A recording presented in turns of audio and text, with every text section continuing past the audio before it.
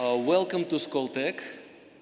Welcome to our Sino-Russian Symposium on Chemistry and Materials, and to those of participants who came from abroad, welcome to Russia. My name is Artem Oganov. I'm one of the organizers of this conference and also professor here at Skoltech. Let me say a couple of words before we start our opening session. This is the second Sino-Russian Symposium on Chemistry and Materials. Last year it was hosted in China. This year we hosted here in Russia. And next year, I think we will host it again, our colleagues will host it again in China. Our aim is to bring Chinese and Russian scientists together to exchange ideas like any conference, but also to establish collaborations. So I hope that during this meeting, Chinese scientists and Russian scientists will maximally talk to each other, exchange ideas, find common interests, and start collaborations. That's something that's very important, I think, for all of us. Let me introduce co-organizers of this conference, Professor Pan Shile,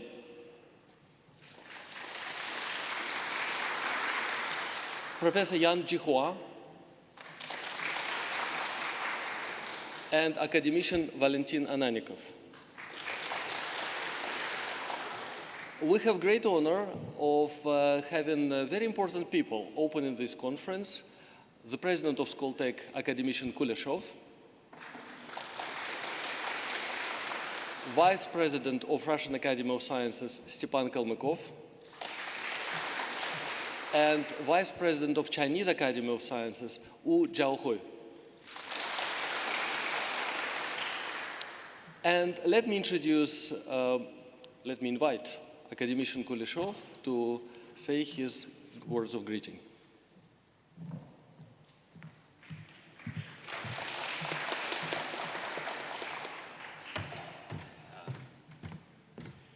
Frankly speaking, I don't understand what is official language of this conference, English or Chinese, Russian, translator. Okay, but Professor Aganov started from English, and I'll keep going to speak English. First of all, I'm not a specialist in chemistry, not at all. But 20 years ago, I remember perfectly well that all scientists in physics, in biology, most popular opinion was that chemistry, like a science, is finished. Completely is finished. Everything is well known already. It's not the science of first level. But today, I don't know. I cannot explain exactly why. Maybe because of this boom of electro cars, storages of energy. But today, chemistry is the science maybe number one. Chemistry, materials, especially computational materials. You know, this science is a very strange thing. I think maybe you know a good example. Charles Towns, one of inventor of lasers, he came in the age of PhD. He came to his supervisor and said, "Look, I prefer like the area of my studies. I prefer optics." Oh, it's bullshit! Absolutely, optics as a science is fully completed, fully finished. You know perfectly well the result. Charles Towns is the Nobel Prize laureate for laser. So it seems to me the same thing. I have some internal feeling that the same thing we see right now in chemistry. And please welcome our country, welcome to Skoltech, and good luck for all of us. Thank you.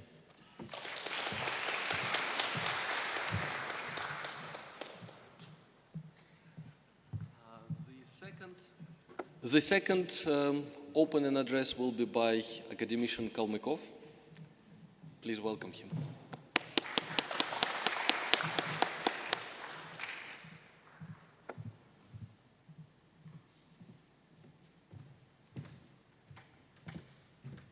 Well, it's my great pleasure to see you here and say welcome words on behalf of the Russian Academy of Science and on behalf of myself, because I'm a chemist by the trainee. So I came from Moscow State University, and chemistry is my main specialty. So I would like to say a few words that chemistry is everything around us. It's our future, it's medicine, it's new materials, it's space, it's cars, it's everything that surrounds us. And certainly this is the quality of future life. And this is very important that we meet together to discuss very important scientific topics in chemistry and material research. And certainly, as you know, we've been at the Russian Academy of Sciences today, a BRICS meeting, and very important words were told this morning, that science doesn't have borders, and this is very important, the international collaboration between different countries to meet many challenges that we have in chemistry and material research. Chemistry is quite the science that takes a lot of money, because we always have to do a lot of experimental work on the very large equipment, and this is very important to come together for mega science facilities that could be used also to solve some chemical problems. So I wish you a pleasant stay here in Skoltech and in Moscow, in Russia. I hope this meeting will be very productive in terms of the future collaboration, new projects that we can do together, and all the best to you. Thank you.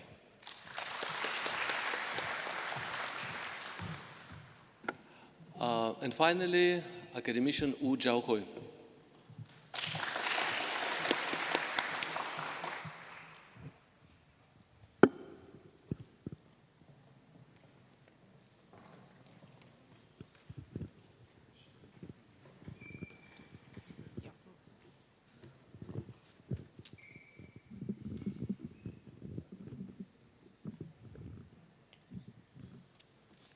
尊敬的库利绍夫校长，尊敬的卡尔梅科夫副院长，奥加洛夫院士，各位参会的专家，各位朋友，大家下午好。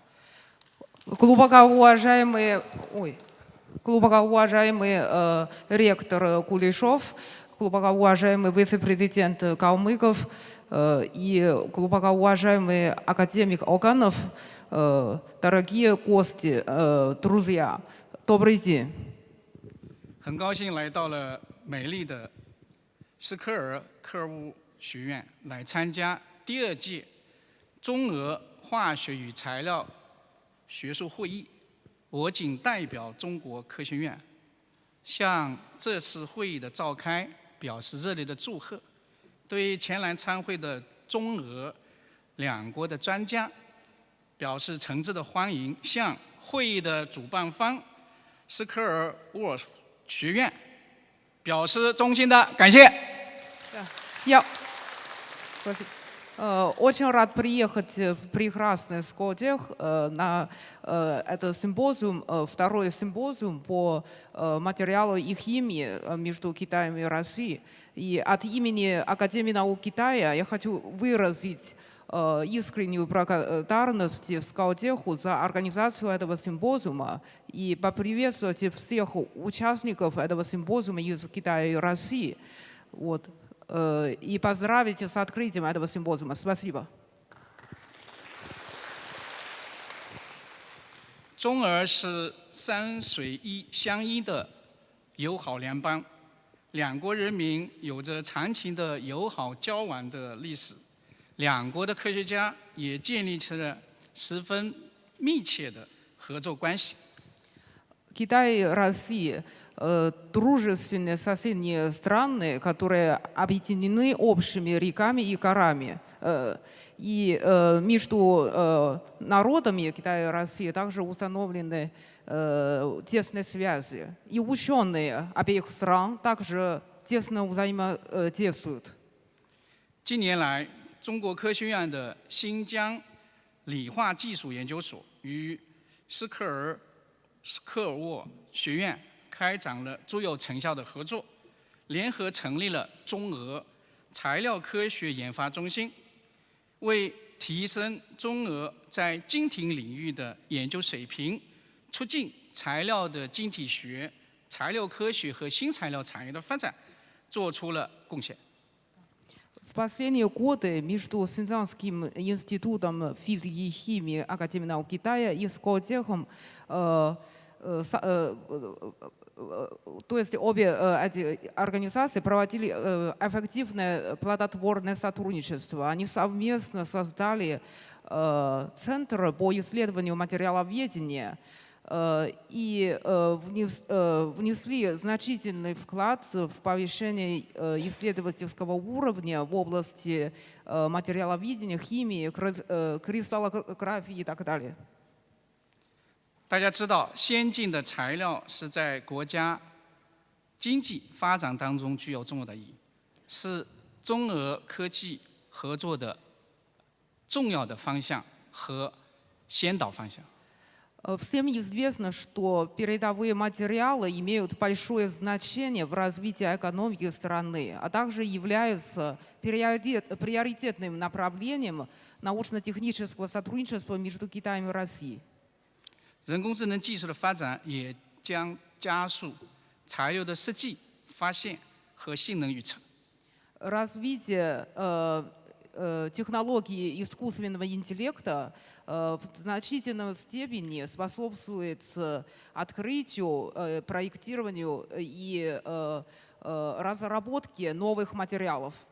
刚才校长先生和院长先生都谈到了这个材料方面、化学方面的进步，特别有利于人工智能施展舞台。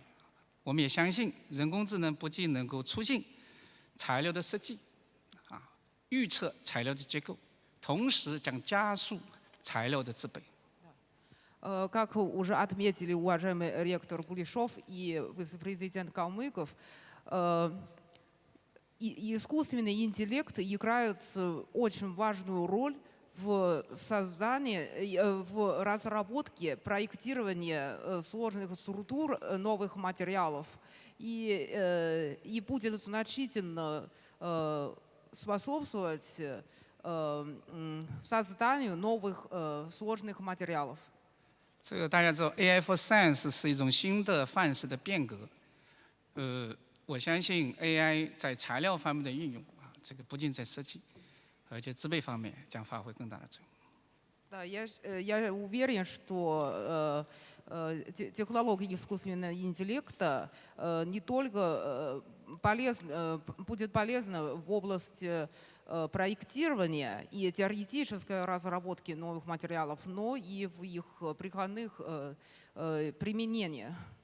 刚才中俄的两方的科学家，特别是我们4位的主持chair， 在设定的这次的研讨的内容，其实是切合了这个发展趋势。 Да. И темы данного симпозиума, и как 4 главные ученые, которые определили темы сегодняшнего симпозиума, они очень соответствуют тенденции развития в этой области. 今天来自于中俄两国的20余家语所的高校、科研院所近60余名专家，将围绕着化学与材料领域的热点和国际发展的前沿，深入地探讨人工智能和先进预测技术的研讨。这些研讨的方向将有利于推动材料的逆向设计以及研发范式的变革。Вот сегодня более 60 ученых из более 20 научных организаций из Китая и России будет проводить углубленные дискуссии по самым актуальным научным вопросам в области материаловедения и кристаллографии, которая не только способствует развитию этого научного направления, но и способствует революции модели исследования в этой области. 这个，我想我跟校长先生跟我们院长阁下一样，同样的希望我们这一次中俄科技人员能够充分的利用本次会议所提供的平台，以及本次会议碰撞的学术思想，挖掘合作潜力，催生新的合作增长点。 Как уже отметили уважаемый ректор и вице-президент, я также надеюсь, что ученые из обеих стран будут в полной мере воспользоваться данным симпозиумом как возможности обсудить научные вопросы и достичь новых точек роста сотрудничества, чтобы раскрыть и расширять потенциал сотрудничества. 同时，我也相信，我们建立的稳固的合作关系，将为提升中俄至少在材料科学研究水平做出我们的贡献。 Я также уверена, что крепкое уже созданное наше партнерство, наши связи, сотрудничество также будет приносить пользу научному техническому сотрудничеству между Китаем и Россией. 再次感谢学院为这一次组织会议所做出的努力，同时也预祝会议取得圆满成功。谢谢大家。 Еще раз выражаю благодарность Сколтеху за организацию этого симпозиума. Желаю полного успеха данного симпозиума. Спасибо большое.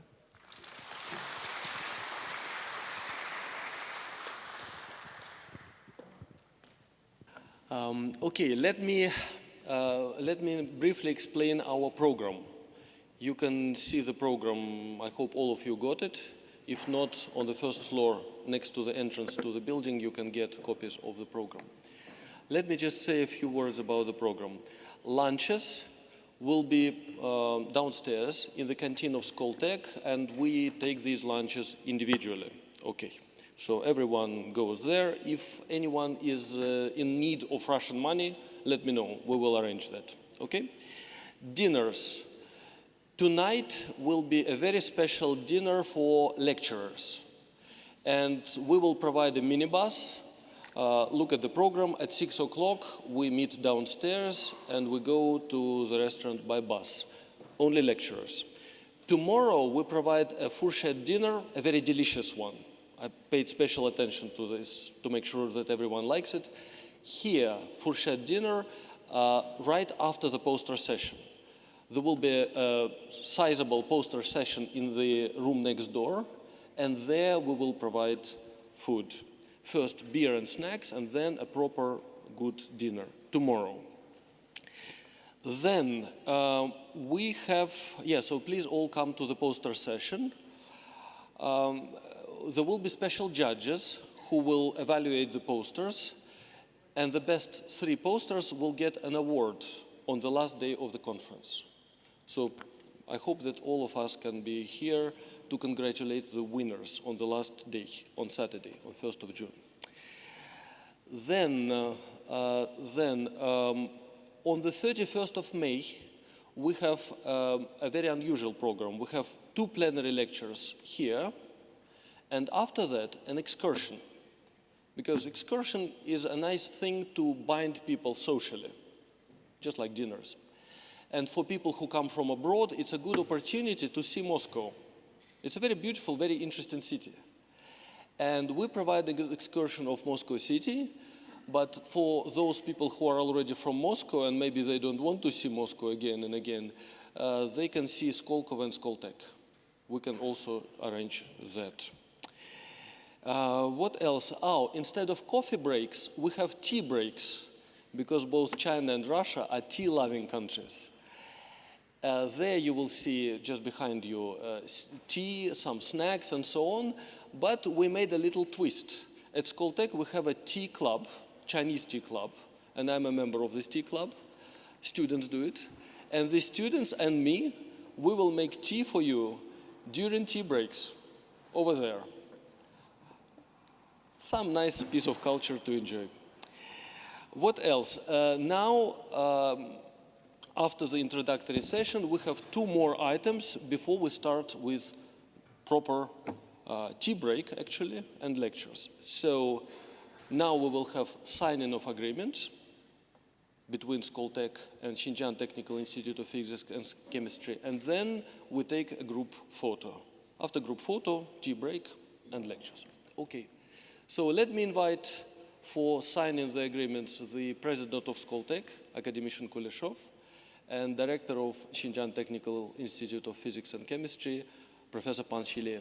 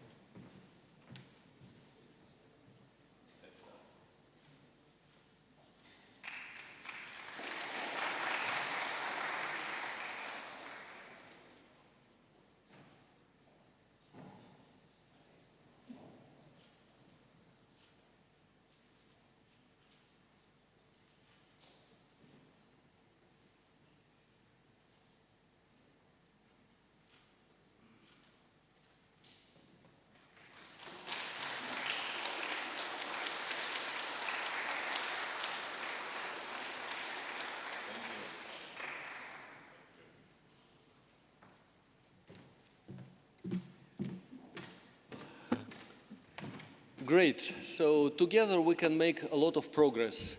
Hao hao xue xi tian tian shang shang. Correct? Okay, and now let's take photos. First, I suggest we take a photo for the people in the first row, and then for everyone in the room. So we have a photographer. Timur, you tell us what to do.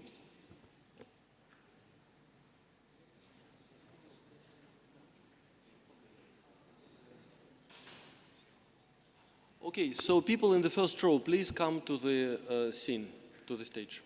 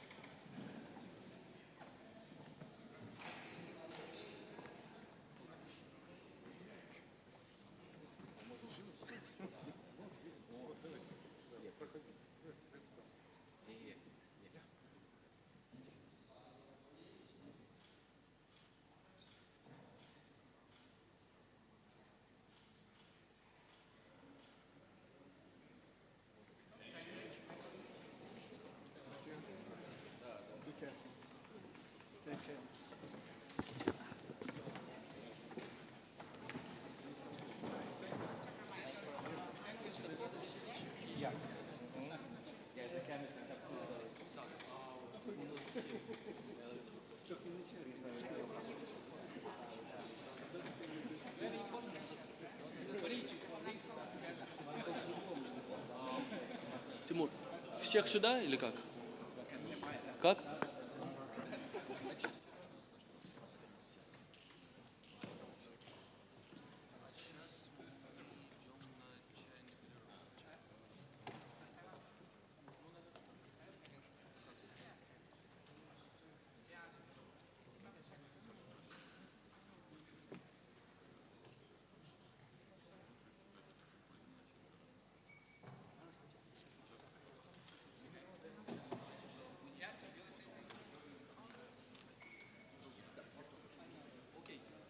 Okay, so let's take a photo of all of us.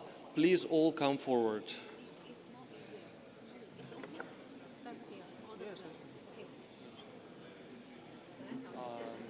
We need a photographer to take charge of it. Тимур, вы командуете, куда людям становиться?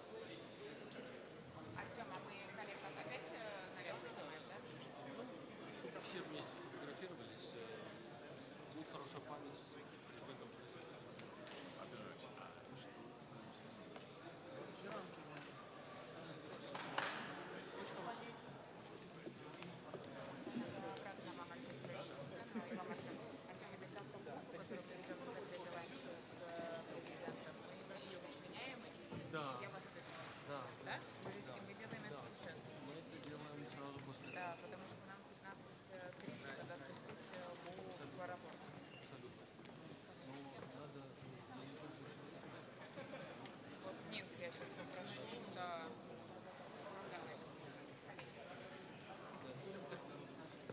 Ничего, нормально. Everyone.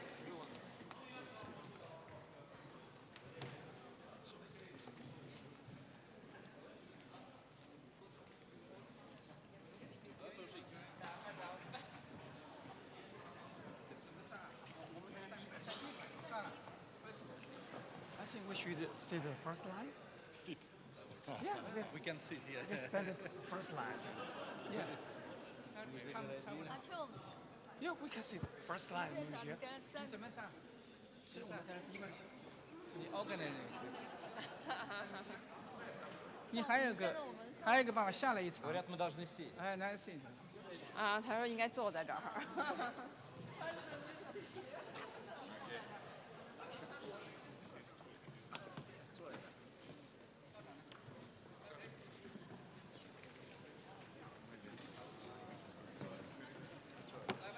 我也就坐，我也坐着吧。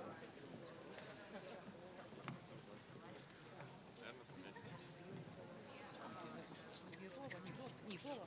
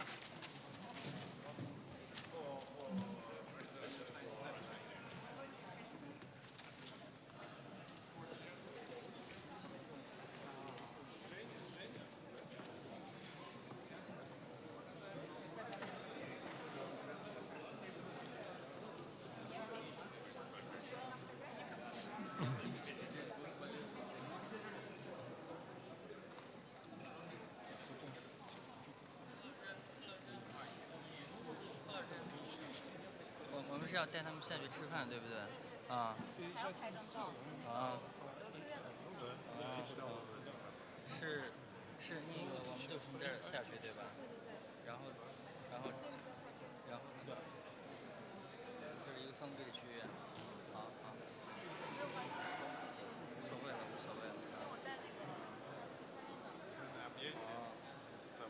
所以这会儿才刚好100来人。Полночные клятвы друг другу вечной дружбе любви.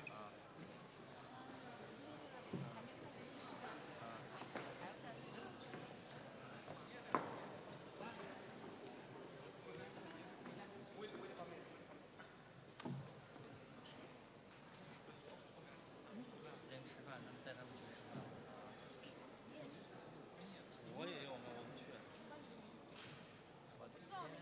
你看水平哦。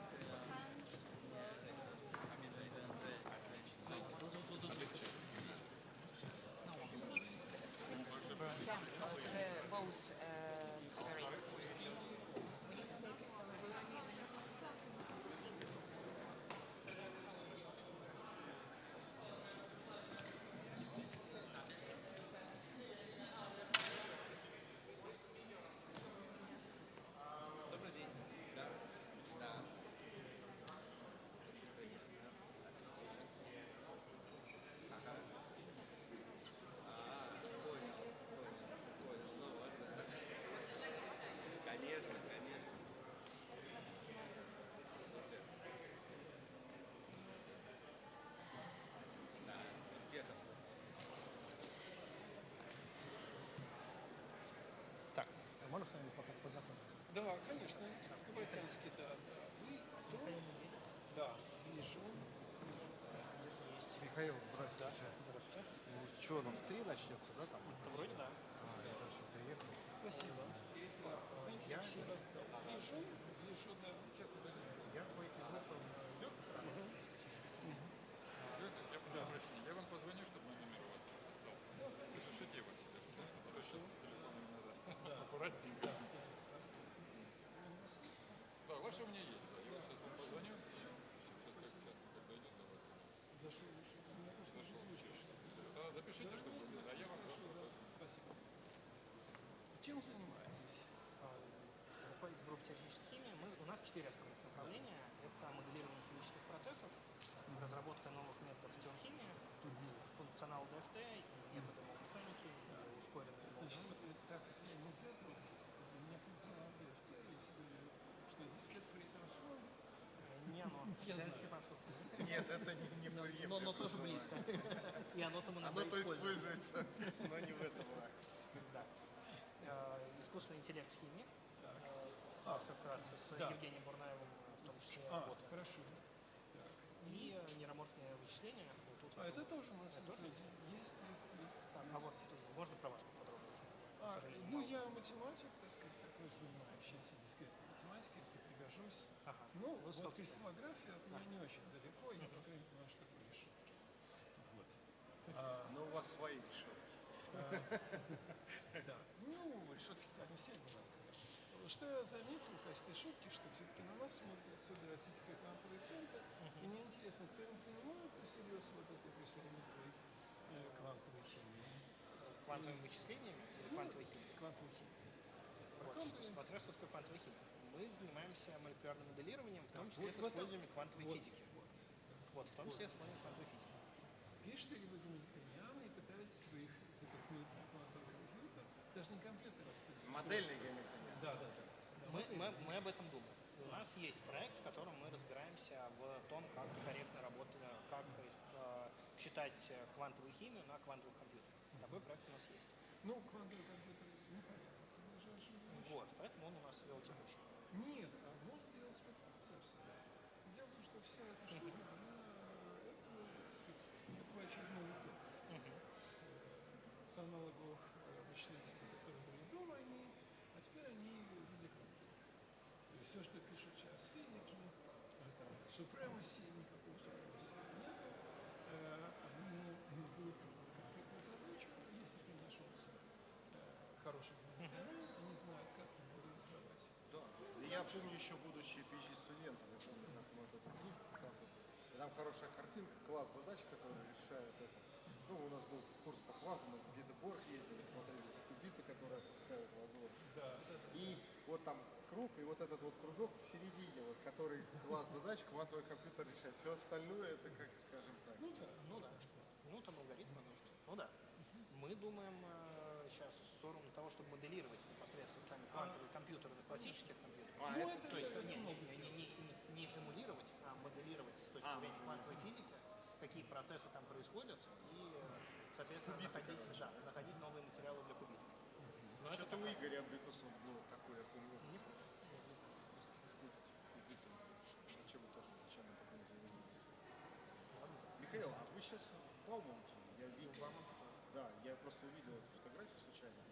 Я говорю, у Стаса спрашивал, говорю, а что это за Михаил, почему я даже не знал бы. А что там в Бауманке? Там центр антенны. Не, это я знаю, этого как он. Да. Вы, наверное, его знаете через Менделеевку, да, я так понимаю? Он у меня когда-то гимназист. Понятно. И он работал в лаборатории в Ганеусе, а я там в это время был аспирантом. Понятно. Поэтому мы с ним давно знакомы. Понятно. И там лаборатория или что-то? Там центр НТИ, который, видимо, финансирование большое. Ну, это приоритетно. Ну, не приоритет. Или ПЫШ там. Нет, не то и не другое, там прям отдельно НТИ. Отдельный проект НТИ, они уже НТИ, который... года 3 или 2. До 30-го сейчас продлили. Вот в этом году, до 30-го. НТИ. Их уже запутали. Они дробят в министерстве, выдумывают, что крыша скоро поедет. Главное во всех не участвовать.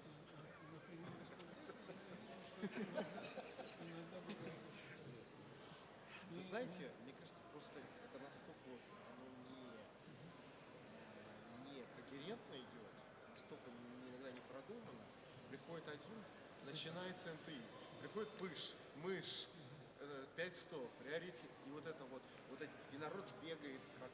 Ну, как правильно было сказано, все брать не надо. Ну, вот у нас мы продали только что бизнес. Значит, почти так. Да. ЭЖ. Это вот то, что начиналось с НТИ, как раз когда я сюда пришел. 16 А вы в СР Котельниково не работаете? Нет. Ну, вот, А что, с 5G? ну, мы сделали свой софт. Ага. А что компания будет делать? Они крупные, они теперь будут это туда. Дело в том, что связь в России нормальна. В том смысле, что там надо получить сделать модем. Какого идея?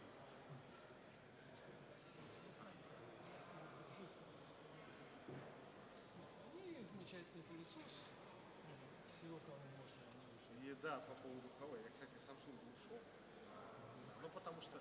А проект там, я так понял, корейцы не захотели дальше. Ну, наш туда? Да. Больше. Видимо, что там... Понял. Меня теперь в Huawei зовут. А кто занят? Не меня? Я не знаю, кто там. Нет, там и есть. А что, Илья Лопатин там в Huawei тоже? Мы сейчас Сходите, но не соглашайтесь на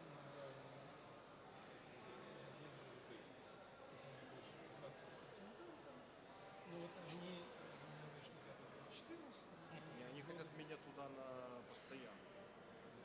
слушайте, они меня звали, вот то, все, приглашали, говорили, ребята, вот прямо завтра, если вы принесете это для передачи информации, завтра дадите вот все, что вы дадите в эфир, не только я сам приду, но и люди со мной заниматься вот этим. Но переходите не как физическое лицо, а вы заключите договор между двумя юридическими entity. И все, и дальше все течет. Так сказать, ушло смена одного директора на другого, год с лишним, а потом мы получили, я сейчас покажусь, потому что мы это сделали для Huawei, они сами этим очень гордятся, потому что 5G есть два стандарта, которые принадлежат Huawei. Один из них будет работать на IP, а второй и там Huawei, естественно. Но у вас, видите, больше все-таки прикладное исследование. Да нет. А с этими... Цель-то у нас тоже прикольная. Ну, Да, конечно. Естественно. По-другому они бы на не звали. Ну, как говорится, как в том меме, не нужен нам ваши... Поэтому смотрите долгоиграющее сотрудничество. Там были мои ребята, которые понимали, ходили, деньги. Да. А потом выяснилось, что Не все так просто, а? меняется тематика по щелчку начала. Он приходит и говорит, мы, ребята, мы этим больше не занимаемся. Ну да. собственно, щелчок и случился. Мы этим больше не занимаемся. Как мы только начали, вот мы только... Какая-то женщина в Корее, они с ней пытались это, презентации, там в моей презентации Стэнфорд, Хрененфорд, и все это им не нужно, и в итоге Стэнфорд пошел и все, и, короче, проект, я так понял, они что-то, причем Александр что-то молчали, ну я понял, что... Ну, вот последний раз я с Александром Львовичем говорил в феврале, он сказал, что у них сейчас перспективная задача по аккумулятору. Вот что-то там у них по аккумулятору. Ну, это понятно. Но перспективно, как говорится, деньги Вот, дали, кажется. Речь шла о том, что если мы предложим что-нибудь осмысленное, то дадут к концу лета. Но вот мы со своей стороны предложили, потом Александр пошел дальше разговаривать. Но мы решили, почему бы нет, сами начать это прорабатывать, чтобы увидеть, по крайней мере. А там понадобится, хорошо, не понадобится, сами найдем куда-то строить. Ну вот из сказочки, конечно. Те же самые операторы можно предложить Huawei. У нас соответствующие электрофильтры.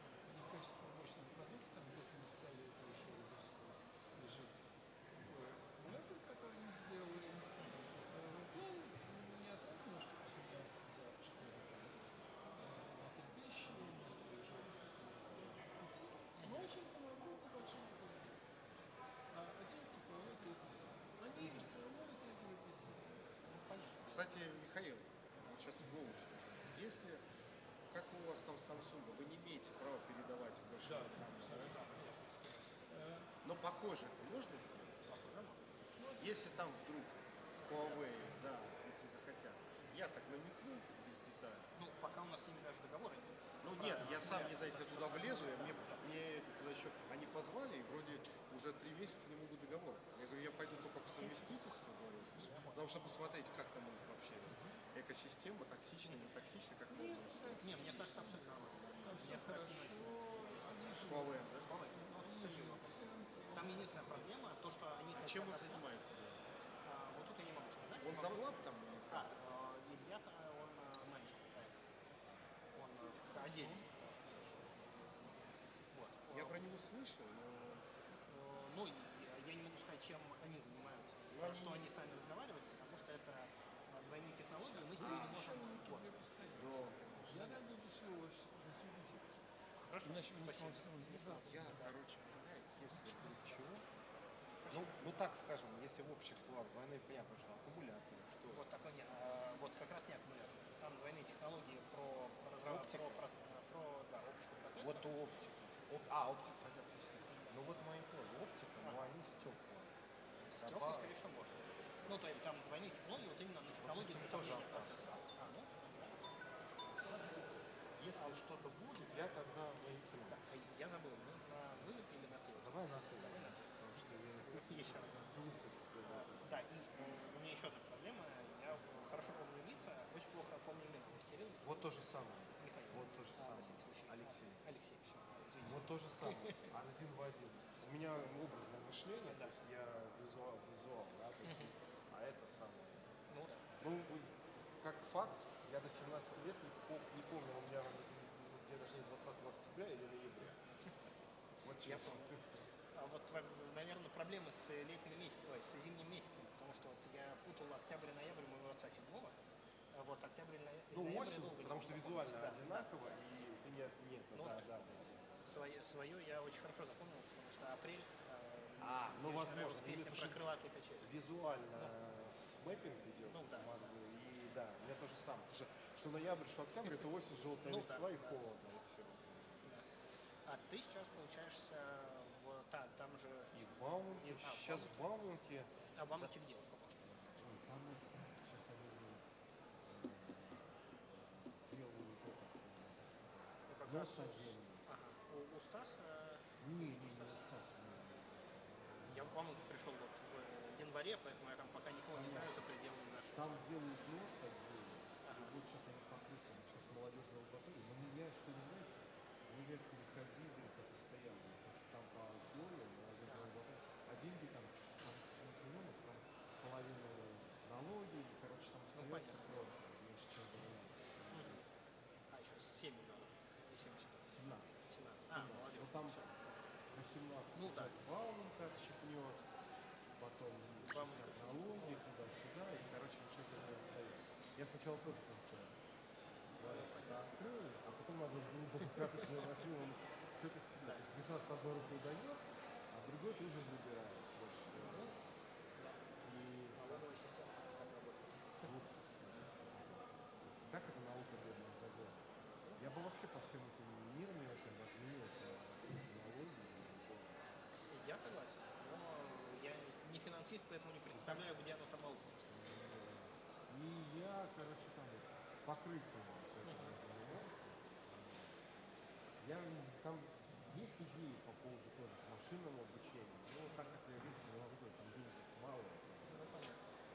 Это чисто если только не добровольно хотел, чтобы, скажем так, влезть в это дело. Ну, если пришлешь вот в целом, чем вы занимаетесь, мы можем подумать, потому что вот центр НТИ, он как бы создан недавно, и, как я понимаю, у них стоит такая как бы глобальная задача подружиться с Бауманком.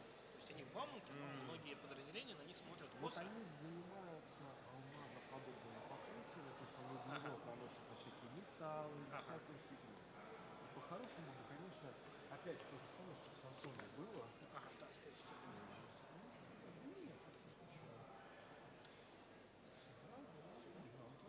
Спасибо. Смотрите, мы все на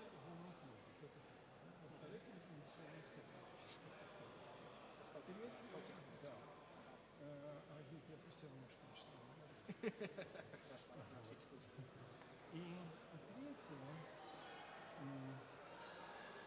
про конкретную область сотрудничества.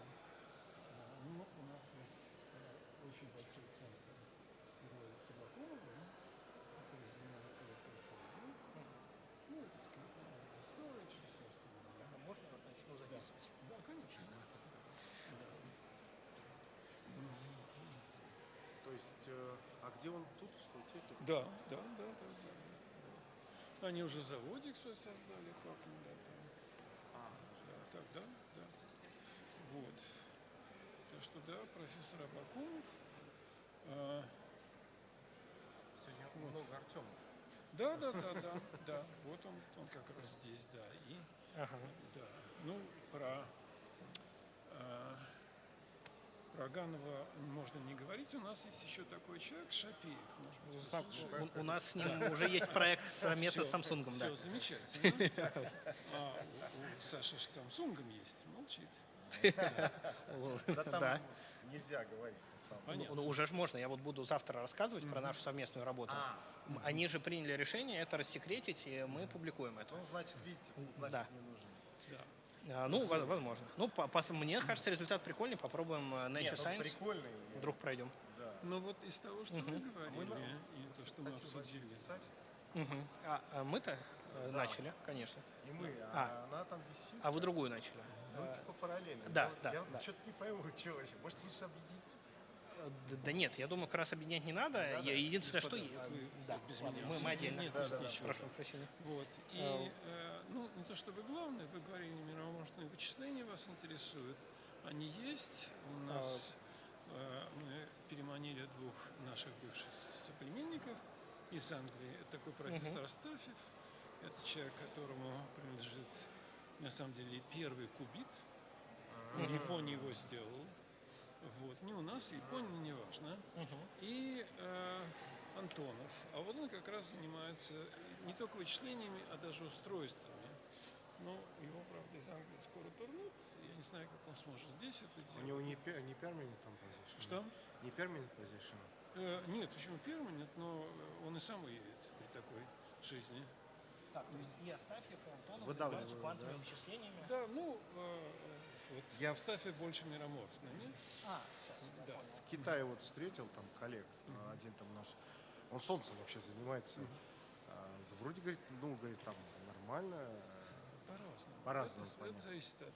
Босс сказал, говорит, если, говорит, к тебе что-то там будут. Значит так, одному из них, не буду говорить кому, когда он улетал очередной раз, оказалось последний из Лондона, ему сказали, профессор такой-то, вам не следует возвращаться.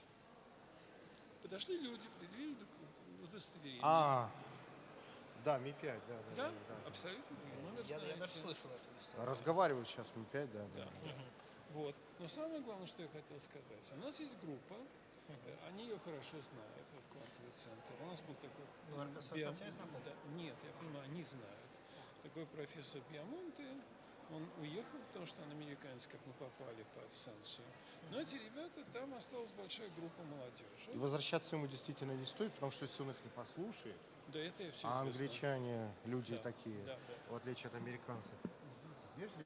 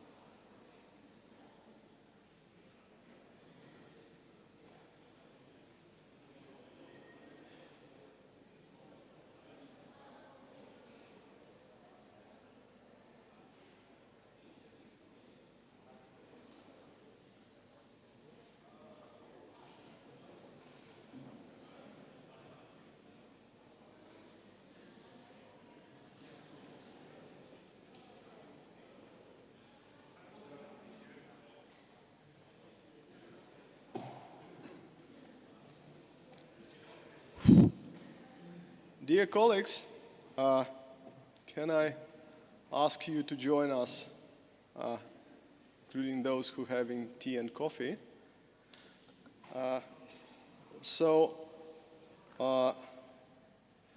apologize to some of those who are not with us, some of the colleagues, but on behalf of the organizers, I want to start the session. So the organizers suggest that we start now, and other colleagues will join us ongoing. And it's my great pleasure to introduce the first lecturer of this conference. It's academician Valentin Anannikov, the man who is very well known in Russia, and he is particularly known as the researcher who is not afraid to enter some new fields and to discover new areas, and always finding something new and striking in these fields. And today he will talk about design of new catalysts using the artificial intelligence. So, Valentin, floor is yours.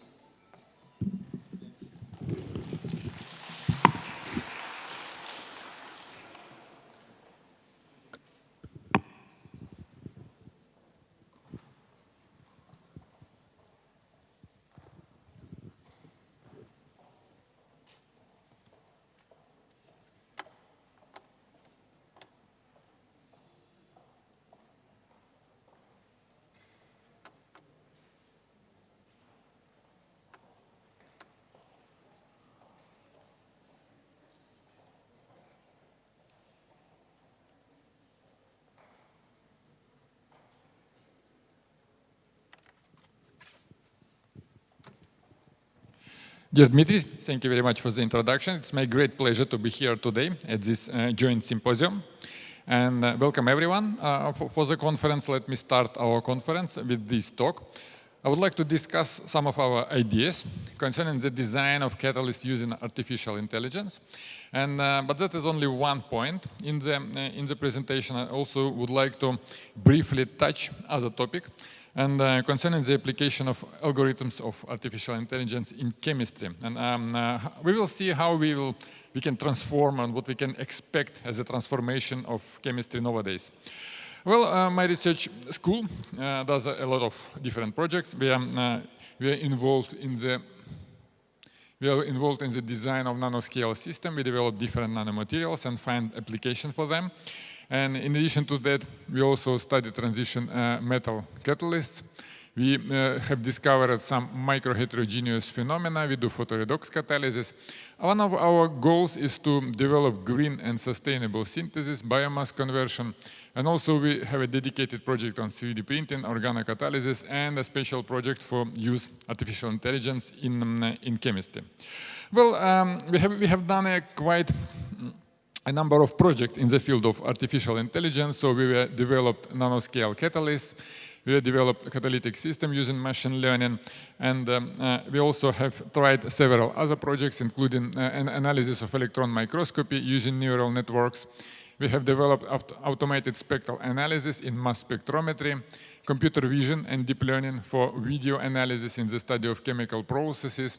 We did identification of defects in the nanomaterials, nanoparticle recognition, and we did determination prediction of mechanical strengths by additive manufacturing, also using artificial intelligence. We use neural networks for analysis of bacterial biofilms, and also we apply deep learning and computer vision for the algorithm to study dynamic process at the micro level. Of course, I'm not able to touch all of this project now. I have selected catalysis as the main topic, and I also show some examples where artificial intelligence is currently strongly affecting chemistry. So let's start with the global chemical landscape, and let's remind to ourselves on which demand our society and depend on the chemistry, and especially on which amount it depends on the development of chemical industry. So let's start with the global chemical landscape.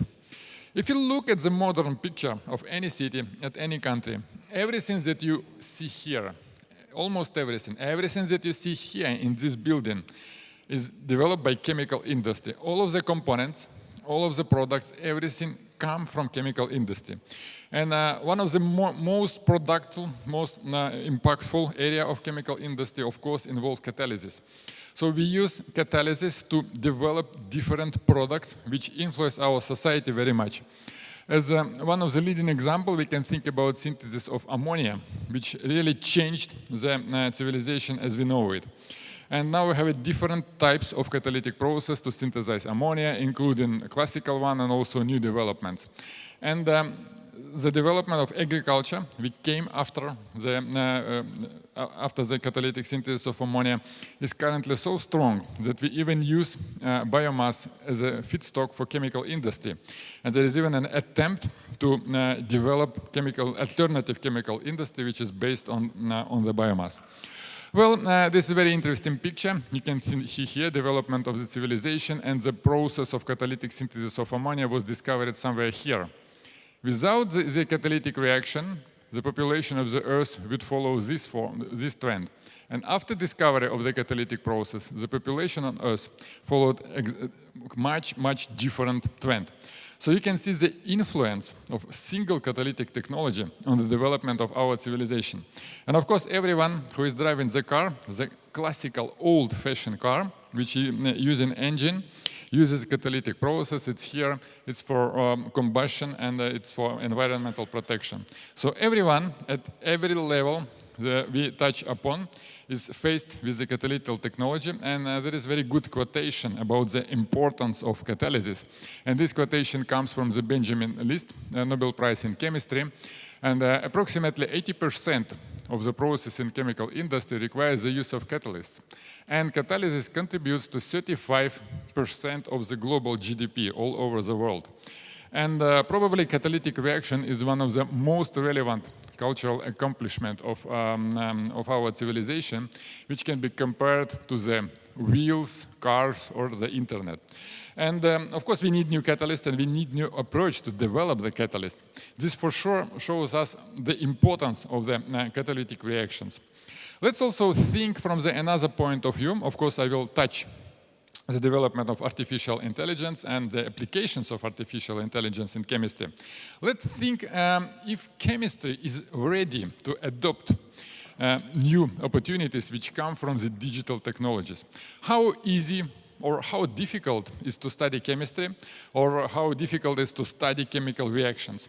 Let's take one single example. I like this example, and I promote this vision of change, which change are required in the chemistry field. There is this very simple chemical reaction. You see the boronic acid, you see the vinyl bromide, and catalytic cross-coupling Suzuki-type reaction with palladium catalyst. And this is quite efficient reaction. So we need 0.001 molar % of palladium, so the catalytic reaction itself is quite efficient. And let us make 1 gram of product. So we need to make only 1 gram of the product, which is 3.4 millimole, but it is 10 to the power 21 product molecules, or 10 to the power 16 catalyst atom. Even with this small amount, we have quite a large amount of catalyst.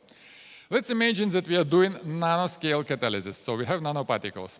1 nanoparticle is approximately 1,000 of palladium atoms. And to run this reaction and to make just 1 gram of product, we need to use 10 to the power 13 catalyst nanoparticles. Now imagine that you have a kind of dream analytic method. Analytic method which can characterize 1 nanoparticle per minute. There are no such analytic techniques so far. We need not only to detect the nanoparticle, to determine the morphology, to understand the parameters, and so on. So let's imagine that you have a dream analytic tool, 1 nanoparticle per minute. And in order to study one reaction, which leads only to 1 gram of the product, you need 38 million years of time. So this is the scale of chemical reaction. If you want to study the chemical reaction in complete detail with the modern tools, you need something like unimaginable amount of time. This is heterogeneous catalysis. Of course, it's more difficult, or it's considered as a more difficult technology. Let's move to homogeneous catalysis. So we can do the same compound, 1 gram of product, using homogeneous catalysis. In homogeneous catalysis, we operate with spectra. It is easier because we make an average picture by analyzing spectral information. So we do spectral analysis. We record one spectrum per 2 seconds. This is mass spectrometry, for example. And during 8 hours, we will record something like 14,000 of spectra. In each spectrum, it's approximately 1,000 of signals. If you study palladium catalyzed reactions, you will really see about 1,000 of signals in each spectrum. So we have to analyze approximately 10 to the power 7 on signals. And again, you can imagine that you have a dream tool and dream researchers that can analyze one signal in 5 minutes. Such technology doesn't exist at this level. There are no such technologies currently. And even if you have it, one signal per 5 minutes, you will need more than 100 years, 137 years, to analyze just one reaction which was taking place during 8 hours. The amount of data which need to be analyzed, even in a small-scale chemical reactions, is so large that it's unlikely to be accomplished in a regular research project, like millions of years in the heterogeneous catalysis or hundreds of years in homogeneous catalysis. And we definitely need to develop something else in order to manipulate this amount of information, in order to extract the information that we need. If you think about the current level of chemistry, there are a few important points. It is a high level of data accumulation, high rate. Approximately 1 terabyte of data per year for active projects. So every active laboratory. Laboratories may have even few projects, about 1 terabyte of data per year. This is a very high speed of data accumulation. And low level of the degree of manual data processing. Less than 10% of the data is processed manually. This is so-called manual processing. About 90% of data, which is accumulated in research laboratories in chemistry worldwide, is a kind of lost data. It's never analyzed. And large amounts of already accumulated data is waiting to be processed. It's a kind of sleeping data. And there is no universal methodology for full-scale study of chemical reaction. And people often say that chemistry is science and art. If you think it's a field like organic chemistry or organic synthesis, you will very often hear that chemistry is science and art. Because one of the reasons is a small degree of the analysis of available data. Chemistry is not fully mathematically or physically described. If we analyze only 10% of the data, it will remain an art for a long time. What we can do, we can really change the picture only if we introduce something new. It's not possible to analyze such amount of data manually. It takes hundreds of thousands of years. We need a new research tool. And artificial intelligence, and especially digital tools, they provide such kind of tools in order to transform and improve modern chemistry. Well, I will give you 2 examples from research laboratory in our institute, and 2 examples how we can study catalytic reactions. One of the examples we have shown by using a special device. This is nanomanipulator. It is incorporated inside the electron microscope, and from the amount of catalyst we can select one particle and then study this particle in more details. Well, you can see the selection process. It's a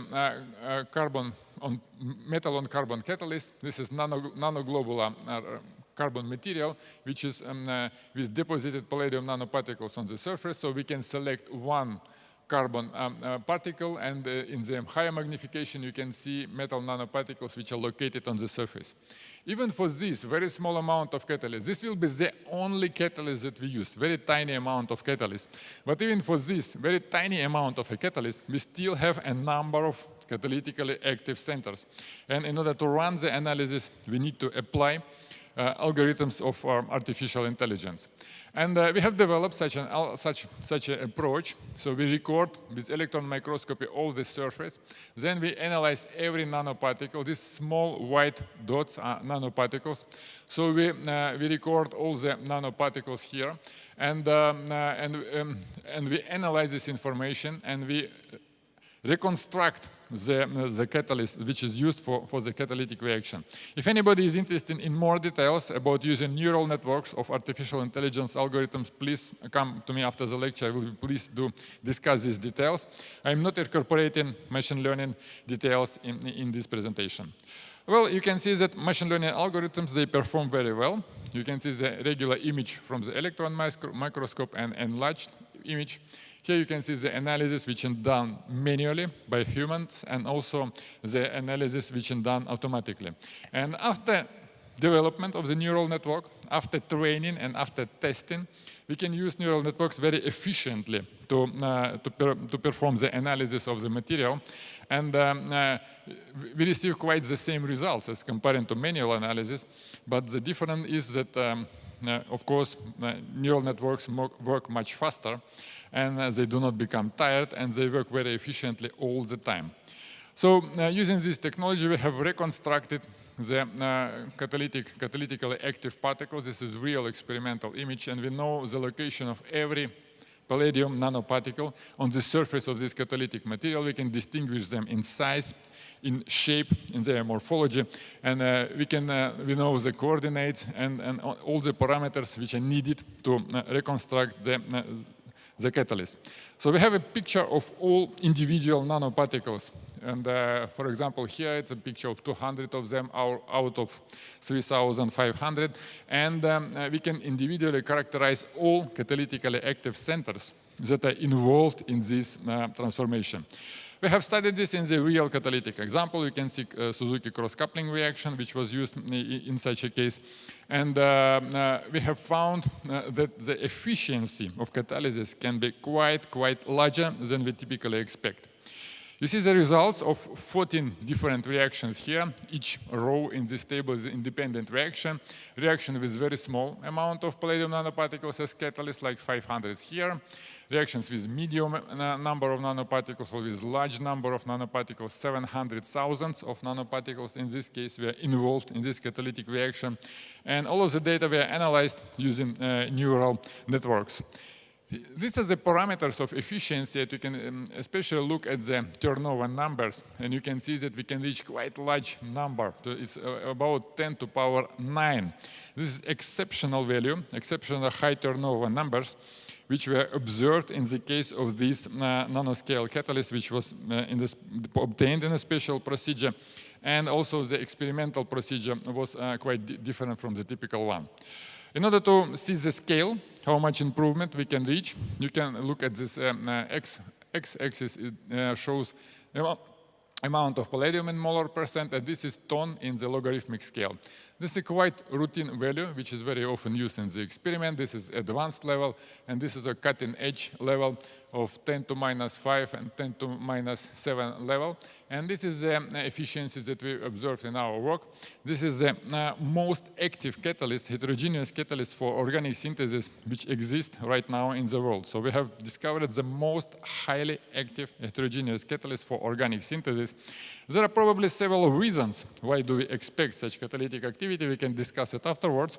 But what is interesting now, we can really calculate reconstruct the whole structure of the catalyst and calculate the activity of this catalyst in real organic reactions.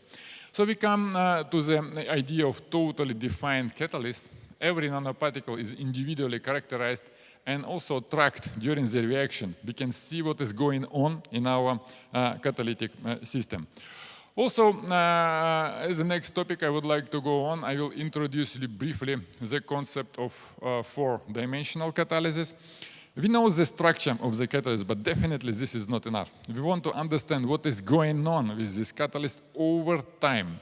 We need to understand the mechanism, and also we need to understand the transformation over process going in our system. So we track the location of individual catalytic centers at the beginning of the reaction, and also we do the same at the end of the reaction. And we need three levels of characterization. We need a scanning electron microscopy for large nanoparticles. We need transmission electron microscopy for small ones. And also we need aberration correction for individual single atoms, which are also located on the surface of the catalyst. And this is a very difficult situation because the area on the catalyst is really a huge one. You have like square kilometers of the area. You need to find exactly the same place with nanoscale precision. You need to find one atom at the same place in the square kilometers area of the catalyst. Well, it's a quite difficult procedure, and it was considered as unlikely possible to solve or impossible to solve before we made this project, and I will show you the results. Of course, we took two reactions. This is Heck reaction, palladium catalyst, and this is Suzuki cross-coupling reaction. So we studied these kind of things in the real catalytic processes. And we have found that we can really do very accurate positioning on the scale of the catalyst.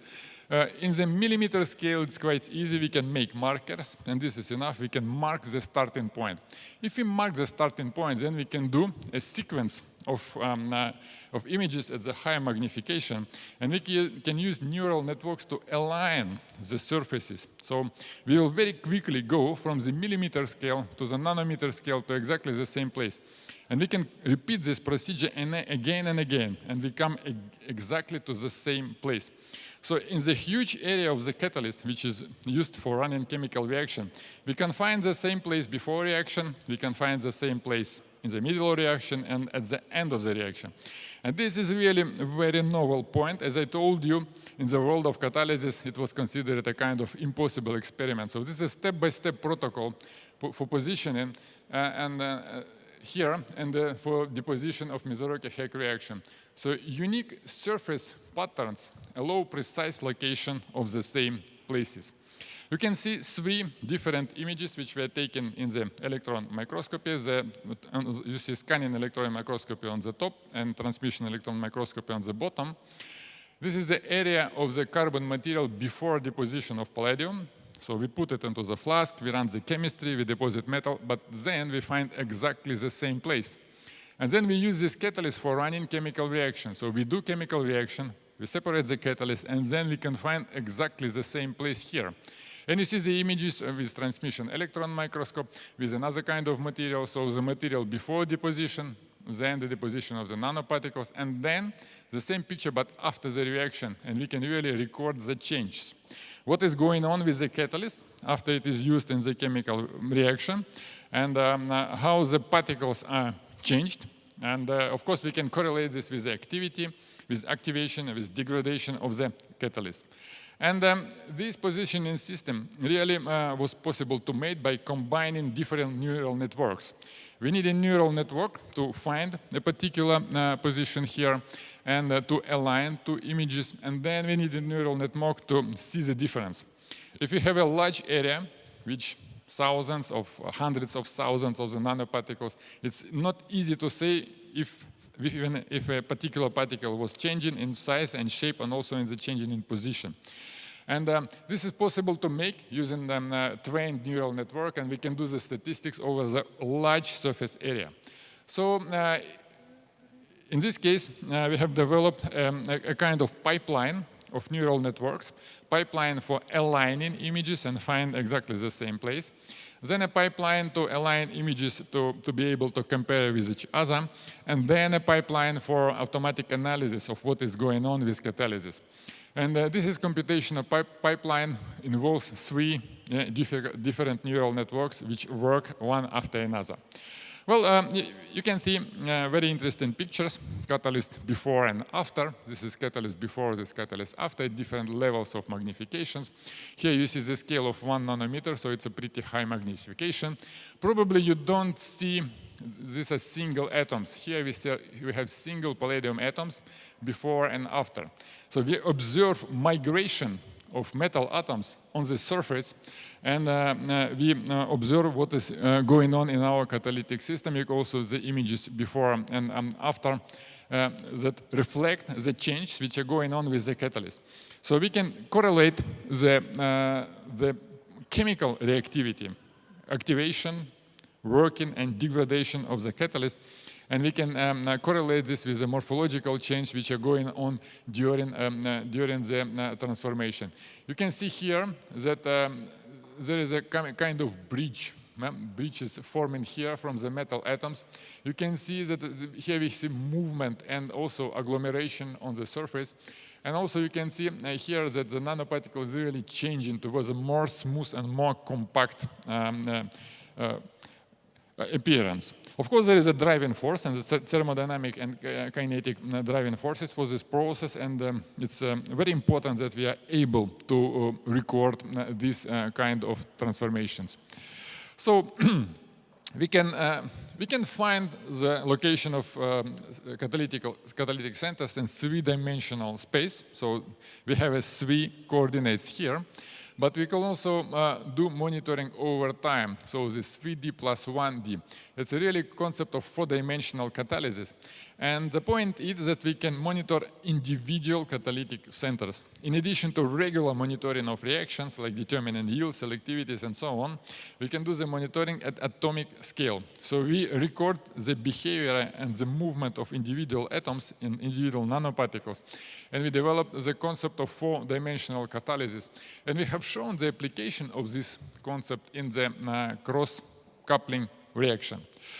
Well, I think that important point is to consider perspectives of digital catalysis and why we really need to apply this kind of technologies, and also what kind of opportunities or new development we can expect.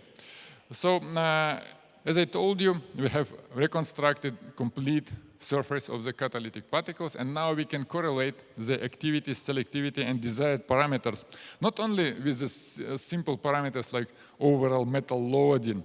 We can make correlation with the whole appearance, with the arrangement of catalytic centers. This is also important information, how to make catalyst stable.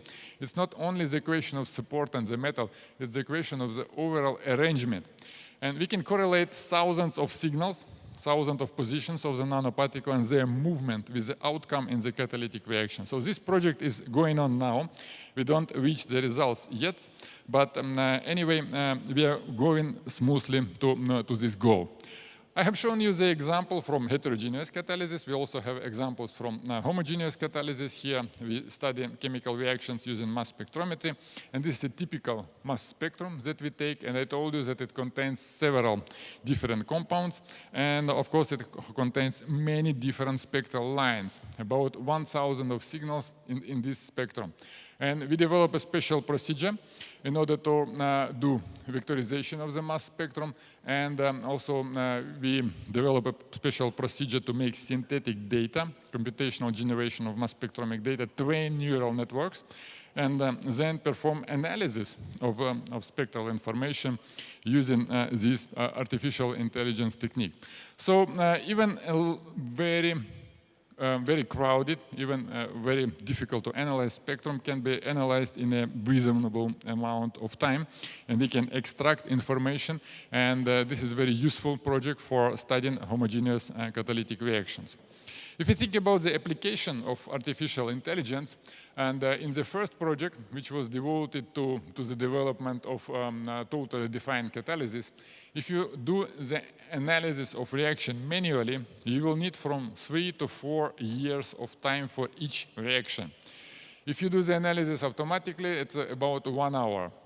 Concerning this was a heterogeneous catalysis project. Concerning the homogeneous catalysis project, which involves high-resolution mass spectrometry, again, one needs about 5 years of reaction for single process, one catalytic reaction, which takes several hours. If you need to analyze it manually, it's like 5 years.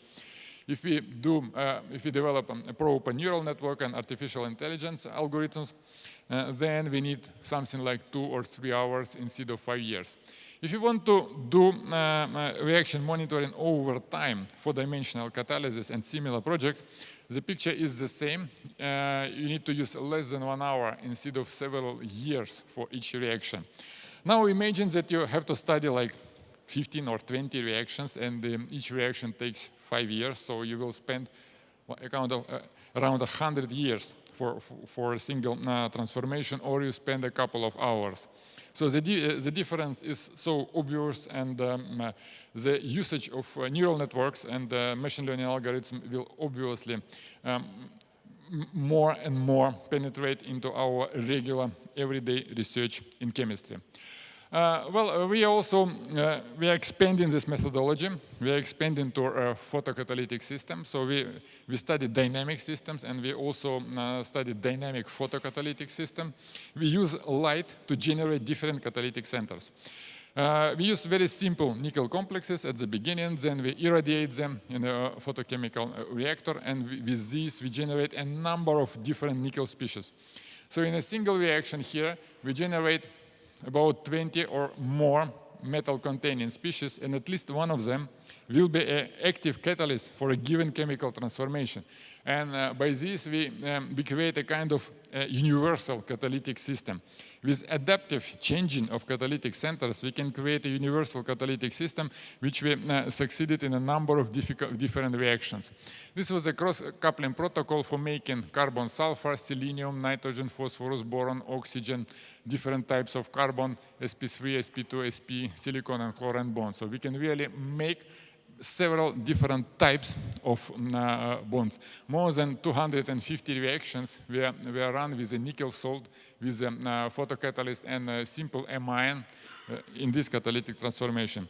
This is our joint project with our colleagues from the University of Regensburg.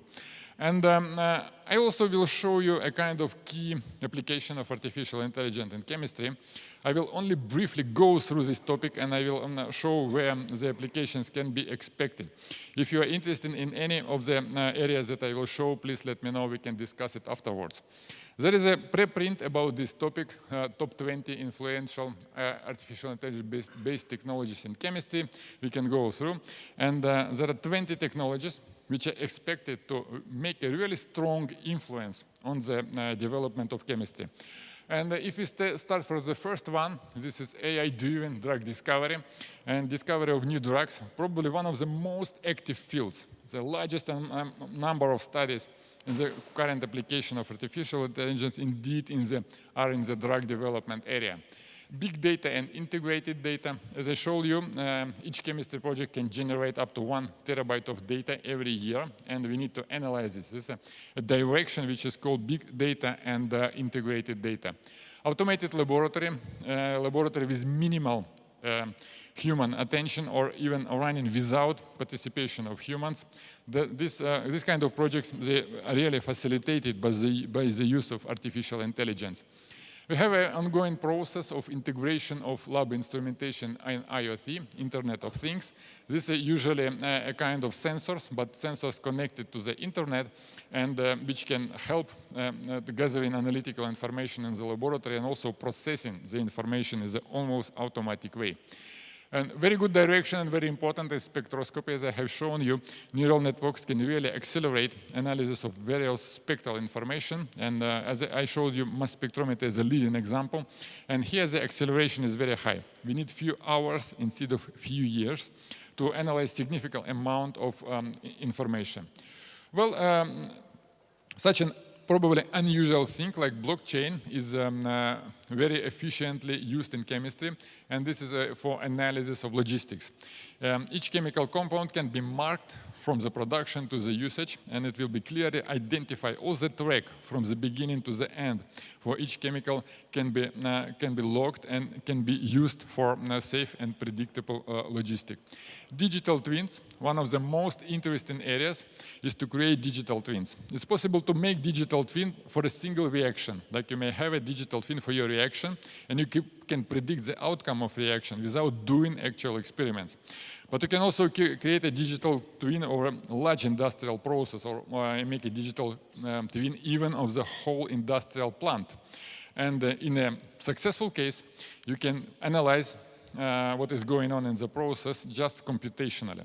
This is very active direction. A lot of studies are now coming for making digital twins. Virtual laboratories and also augmented reality is coming to our chemistry, and not also to research, but also for educational purpose. And virtual labs really very useful here. Natural language processing is probably one of the most known things, and it was accelerated very much by appearance of free artificial intelligence tools like ChatGPT, for example. And natural language processing is now actively used.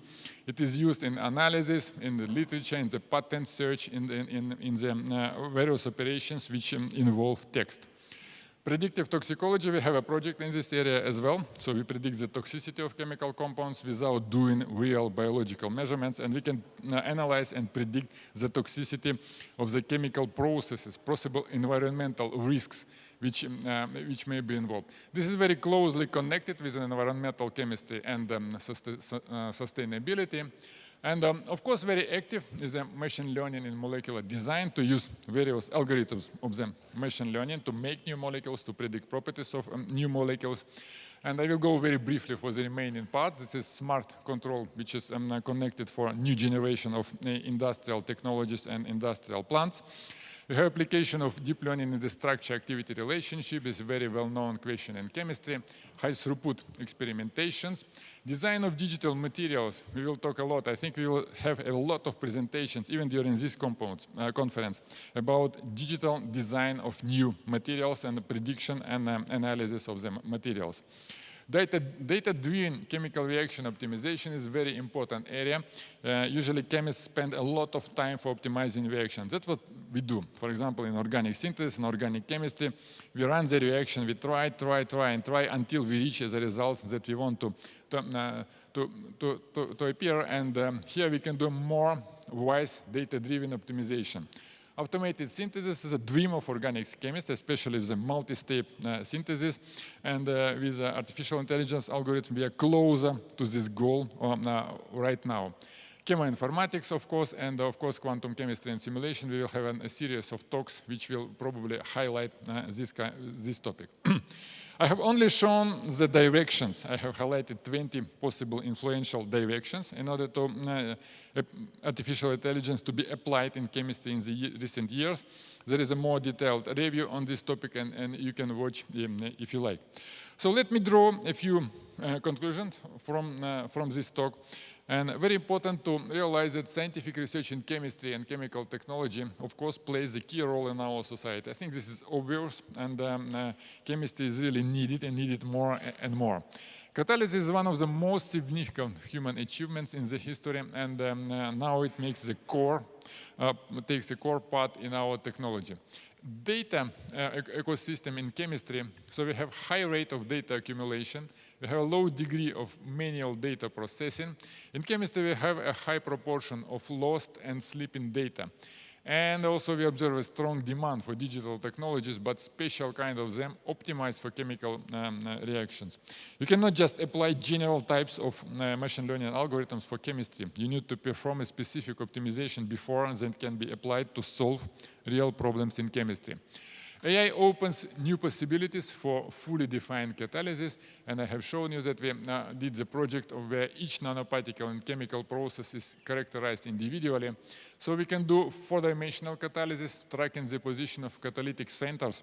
And I point your attention that we speak about catalytic centers, individual atoms or individual nanoparticles. I have identified possibly 20 key areas in the application of digital technologies in research and also in chemistry.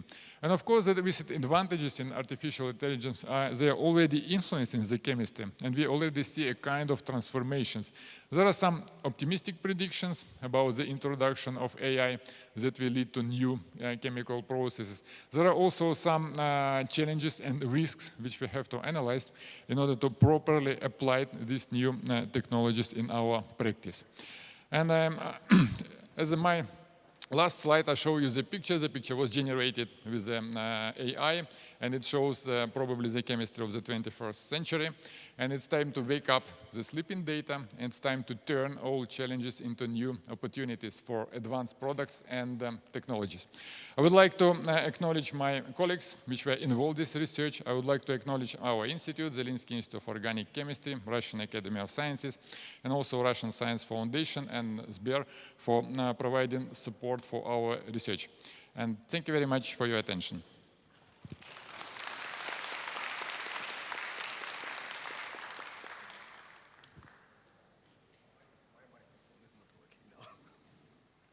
Oh, great. Yeah, so thank you, Valentin. We have time for a couple of questions, although we are running late, but still, I think it's possible. Yeah, there is one over there. I don't know, should I run with the microphone? Yeah, probably that's the best way.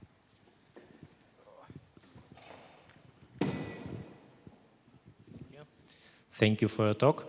I have a question regarding the catalytic activity of your nanoparticles. You've mentioned that this is the best now. Can you please share with us details? What are the reasons for that, like physical reasons, how you were able to achieve such high activity? Thank you. Thank you very much. This is indeed a very good question. And one of the reasons is probably that all catalytic centers are accessible. So we use a special carbon material, it's a nanoglobular carbon, and all the metal is located on the surface. In a regular type of materials, there is significant amount of metal which is located somewhere inside, in the pores, for example. That's not really accessible to reactants. And some estimations have shown that in the regular catalytic structures, about 1% of the metal is involved in the catalytic reaction, and about 99% of the metal, for example, if it is palladium, not taking part in the reaction because it is located somewhere in very difficult to access areas. This is only one of the reasons. And the second reason is that here we have very suppressed degradation processes. Degradation processes, they usually involve agglomeration of metal particles. And in regular catalysts, when you have a significant amount of metal, this process of agglomeration and formation of bigger nanoparticles is much more active than we observed in the present case. Probably there are some reasons which we do not clearly understand right now, but our explanation is a combination of these two. Yeah, thank you very much. It was a very interesting presentation. So I have a question related to artificial neural network method. So could you give an example for a specific reaction? So what would be the input and output parameters? And also, so this method requires like a tremendous data set. So how many experimental points you use for this method? Well, very good question. Thank you very much. If we consider using neural networks for mechanistic analysis, then we have enough amount of data because of analytic methods that we use. You can use electron microscopy, you can use mass spectrometry and whatever. And in this case, we can reach the required level of data very quickly. Like we generate 1 terabyte per year. 1 terabyte is for sure enough for a chemical reaction.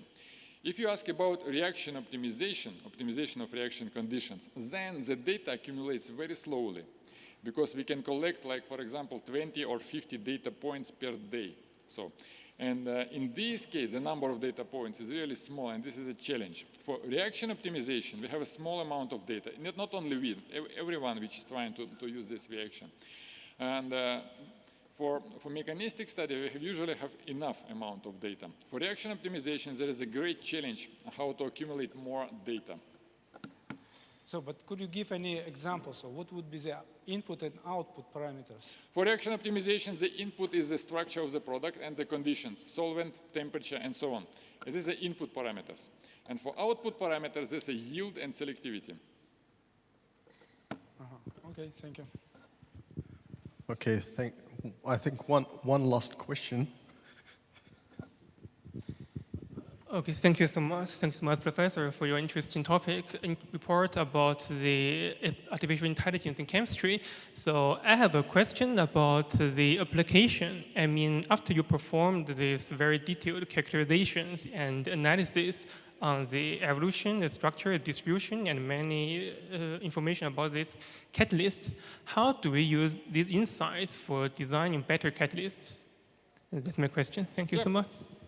Very good point. Thank you very much. And one of them, for example, one of the most successful applications so far is to avoid degradation of the catalyst.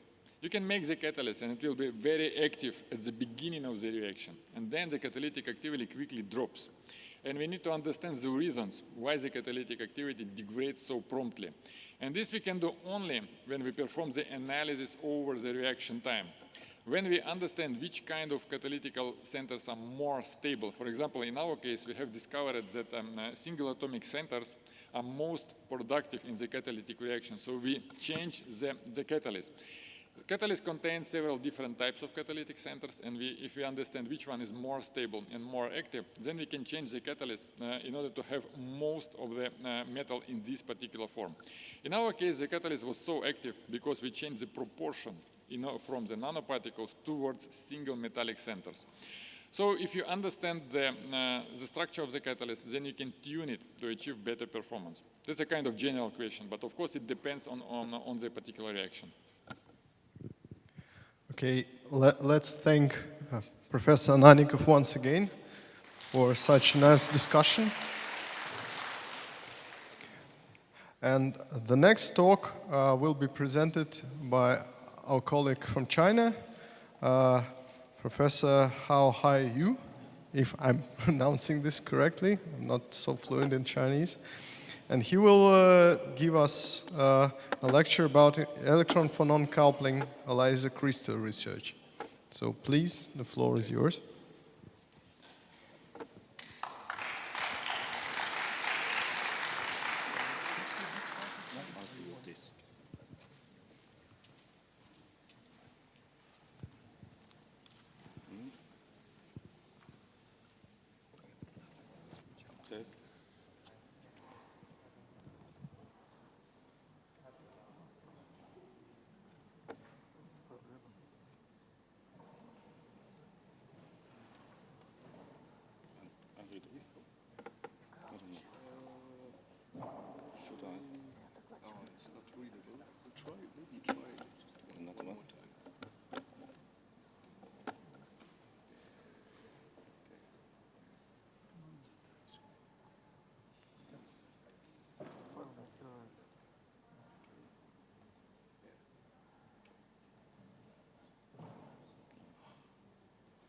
Should I repeat?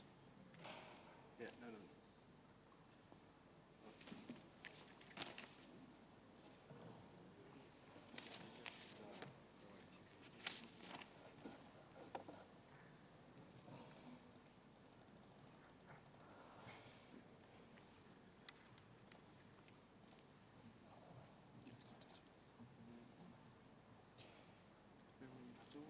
Should I remove it?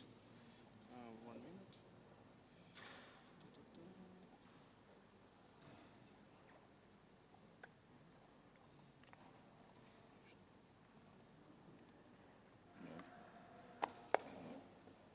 Let's move it.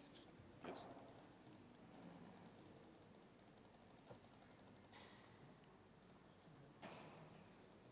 Is your presentation here? Yeah. No. Should I remove it?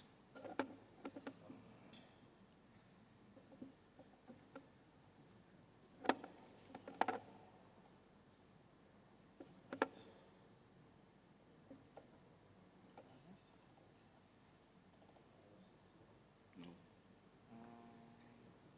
Let me check. You know, yes.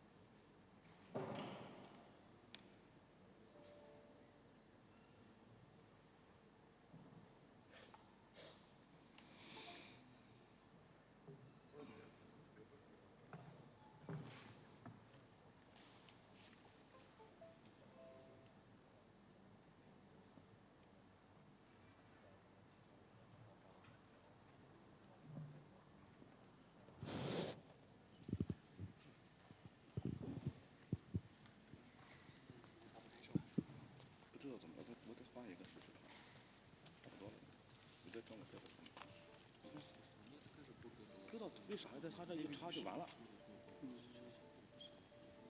是不是 U 盘坏了？这个是你的是吧？李老师，这不是我的。要不你稍微看一下，是简单的。Какая у вас там презентация? Да, 41. Не залази, ну, поднимите тогда на этаж.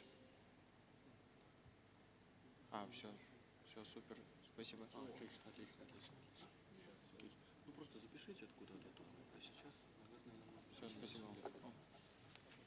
Просто запишите. Прямо так, да. Шеле. Эту презентацию запускаем? Нет, другую. Эту просто оставьте на компьютер, чтобы потом не с флешкой не бегать. Все, я вас... А сейчас будет другая презентация. Давайте тогда ее сейчас. Десктоп, так, skip файл, да. Where is your doc? Presentation. Copy. Yeah, paste in the computer. Окей. Meeting. 这是视列盘。 PC, download. Desktop maybe. 视列盘。 Давайте посмотрим рабочий стол. Let me see. 视列盘。No. Здесь нет. No, there is no such file. Yeah. No. Do you have USB stick? 我的 PPT 在哪呢？ We have a little technical hiccup, don't worry. Our speaker, Professor Yu, had a problem opening his file, so we're changing the order of speakers, and Professor Pan will give his lecture now. We just need to get the talk file here. I see you copied it in the computer.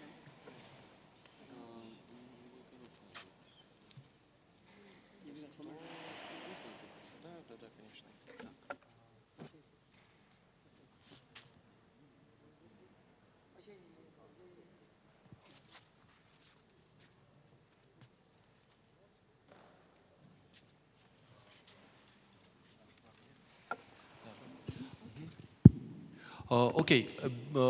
Professor Yu, as I said, is now fixing his file. There was a problem opening it, but it's a simple problem to fix. We changed the order of talks, and now Professor Pan Shilea will give his plenary lecture. Let's warmly welcome him.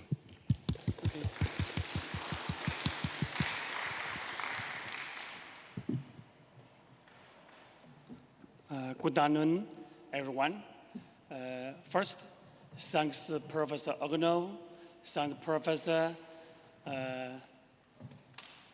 Anna Nicole, Professor Zhihua Yang for organizing this conference. And also thanks all the experts to attend this conference. Today, my talk is about new optoelectronic functional materials. My name is Shle Pan, coming from Xinjiang Technical Institute of Physics and Chemistry, Chinese Chemical Sciences. My talk is divided into 3 parts. The first part is about the background. As we know, laser technology is the strategic spot for the national high-tech industry, the frontier of science and technology. From the figure we can see, in the past 6 years, there were 14 Nobel Prizes granted to related laser technology. It means that laser technology is very important in our modern life. And also, laser technology, there are many applications. For example, in laser communication, laser medicine, laser nuclear fusion, and the laser device. And importantly, in the DUV region, they can be used in industry lithography and DUV communication and DUV equipment. As we know, in 1960, American Amendment invented the ruby laser. 1 year later, the anneal effect, it means the non-interpretive effect, was first observed by Franklin. Then the search for new non-linear optical materials becomes the focus of the research. In the laser system, there are 4 kinds of crystals, named laser crystal, electro-optical crystal, non-linear optical crystal, and bifurcated crystals.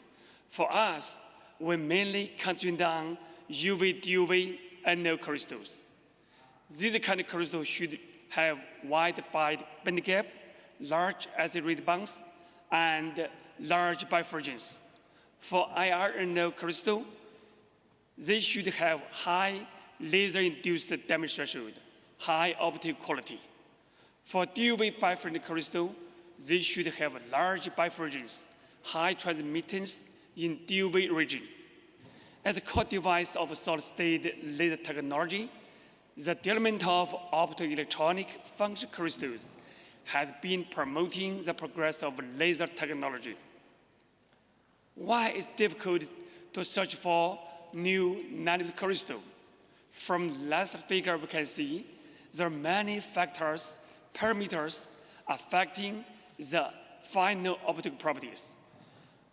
The main parameters about angle coefficients, bifurcations, absorption edge, these kind of factors are connected with each other. For example, bifurcations is in proportion inverse to the band gap, and also the angle coefficients is also inverse to band gap. At the same time, the crystal should crystallize into the effective eccentric crystal classes, and the crystal should have high transparency in the user spectral range with short UV cutoff edge. And the crystal should have large effective NO coefficients. Of course, the compound should have suitable bifurcations to achieve the phase matching condition. And importantly, the crystal should have a large laser damage threshold with favorable chemical input stability. And the crystal should be easy to grow with large size with high quality. So for us, we want to search for new non-linear crystals with high quality. However, it's difficult to balance these kind of parameters. So we want to search for novel function units to balance property. At the same time, we'll make novel function units to parallel with each other, and then we can get the balanced property in one compound. The second part is our main results. First, we'll make theoretical research. We'll make the database, set up to database development, and we'll make fluorinated units for the structure design. We will develop fluorination strategy, bond oxygen polymerization strategy, and polyhydrocoupling strategy. For the crystals, we will try to grow thin crystal with large heights, use different crystal methods. For example, Chalk method, flux method. Finally, we got full wavelength phase matching crystal and large sized optical crystal. Finally, we'll make the laser measurements. Finally, we got 158.9 nanometer light generation by direct frequency doubling process using the prism-free ABF crystal. First, we established the database for optoelectronic function materials. Why? In the world, there are many scientists want to search for new NO crystal with high quality, with optical properties. Why is it so difficult?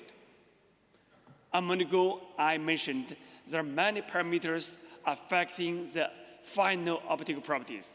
So, the first, we want to set up the database for optoelectronic function materials, including many informations like structure, functional elements, optical, thermal, mechanical properties.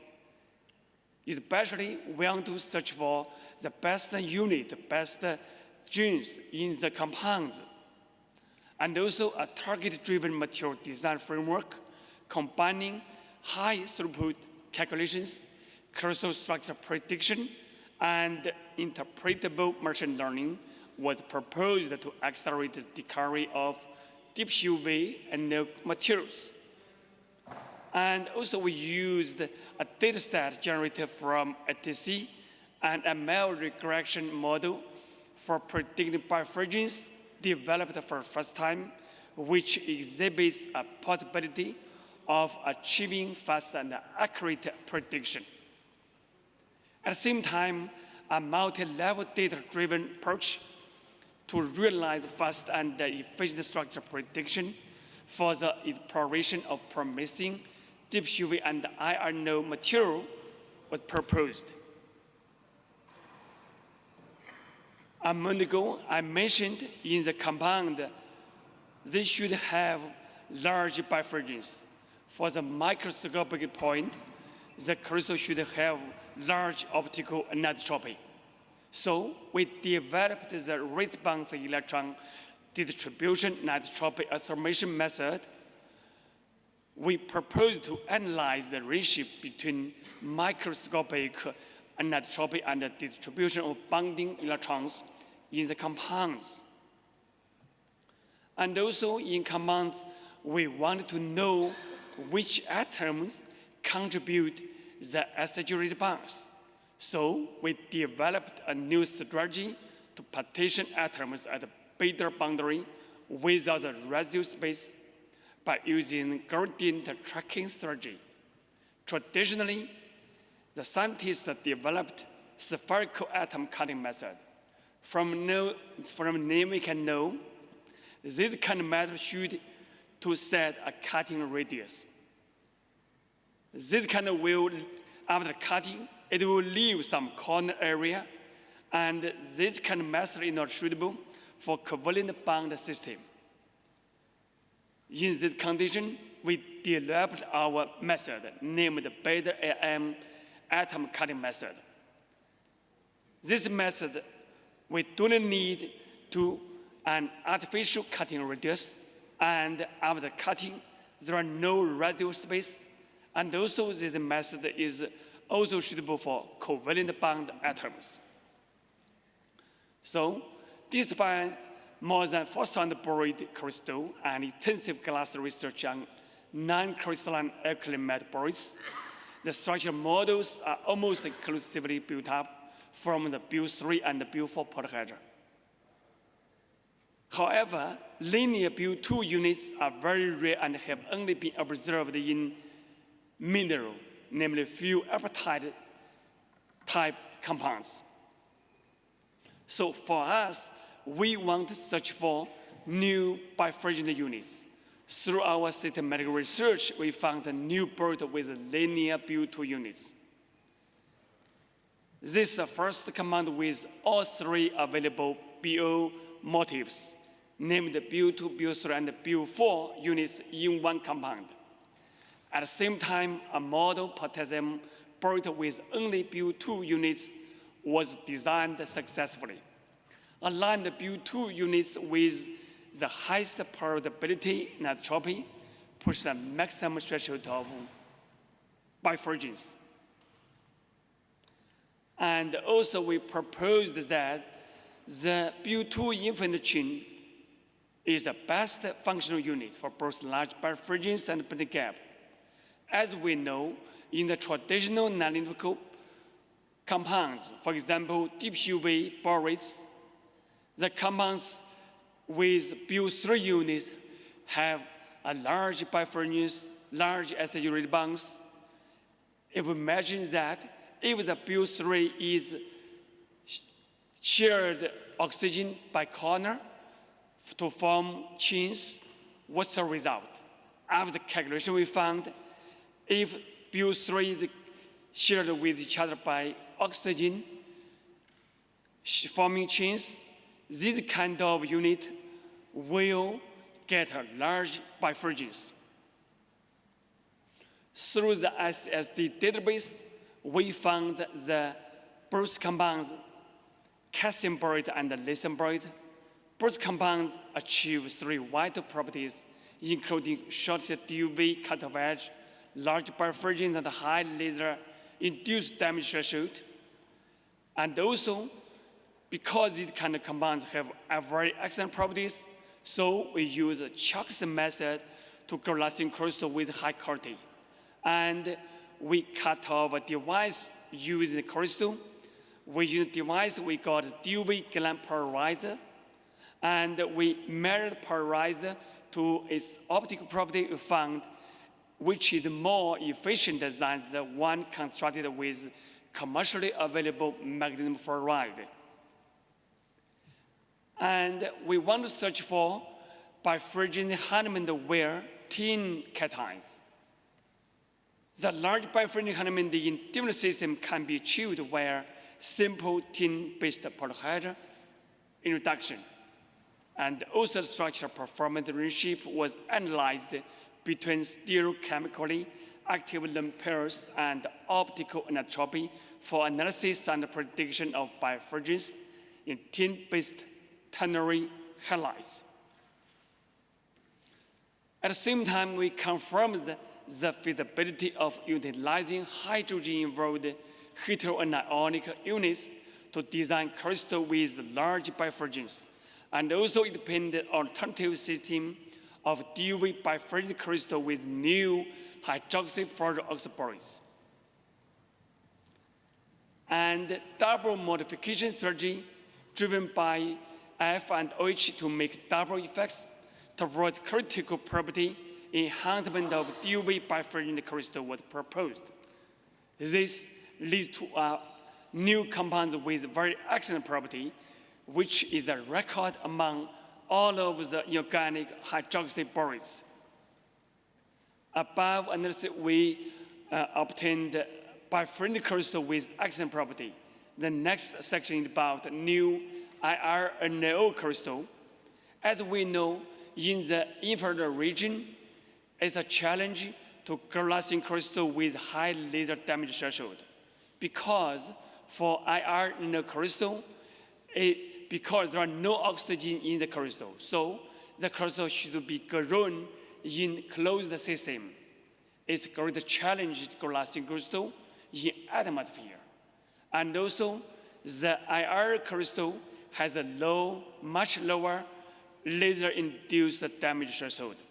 For us, we want to search for new IR-NO crystal, and this kind of crystal be grown in open system and with high quality and with high laser damage threshold. So we developed a mixed anion strategy. Finally, we obtained a new crystal, oxide-based IR-NO crystal, PUC. This crystal includes oxygen. It means this crystal can be grown in atmosphere, in open system. So through our systematic research, we obtained the largest crystal from the left figure, and we cut the crystal into device. We measure its optical properties. We found this crystal is based on large laser-induced damage threshold. And 3 times that of HGS, it means the large SIG response. And also, its transmitted range covers from 3 to 5 micron, 5 to 8 micron. It means this crystal can cover the wide transparent range. It means the crystal is a potential excellent IR-NO crystal. And also, with the aid of theoretical calculations, new diamond-like magnesium gallium selenide and others were developed. And through systematic research, we found magnesium selenide is a promising unit for designing wide bandgap diamond-like compounds. And also, distorted GS4 can achieve wide bandgap and a large SIG response simultaneously in one compound.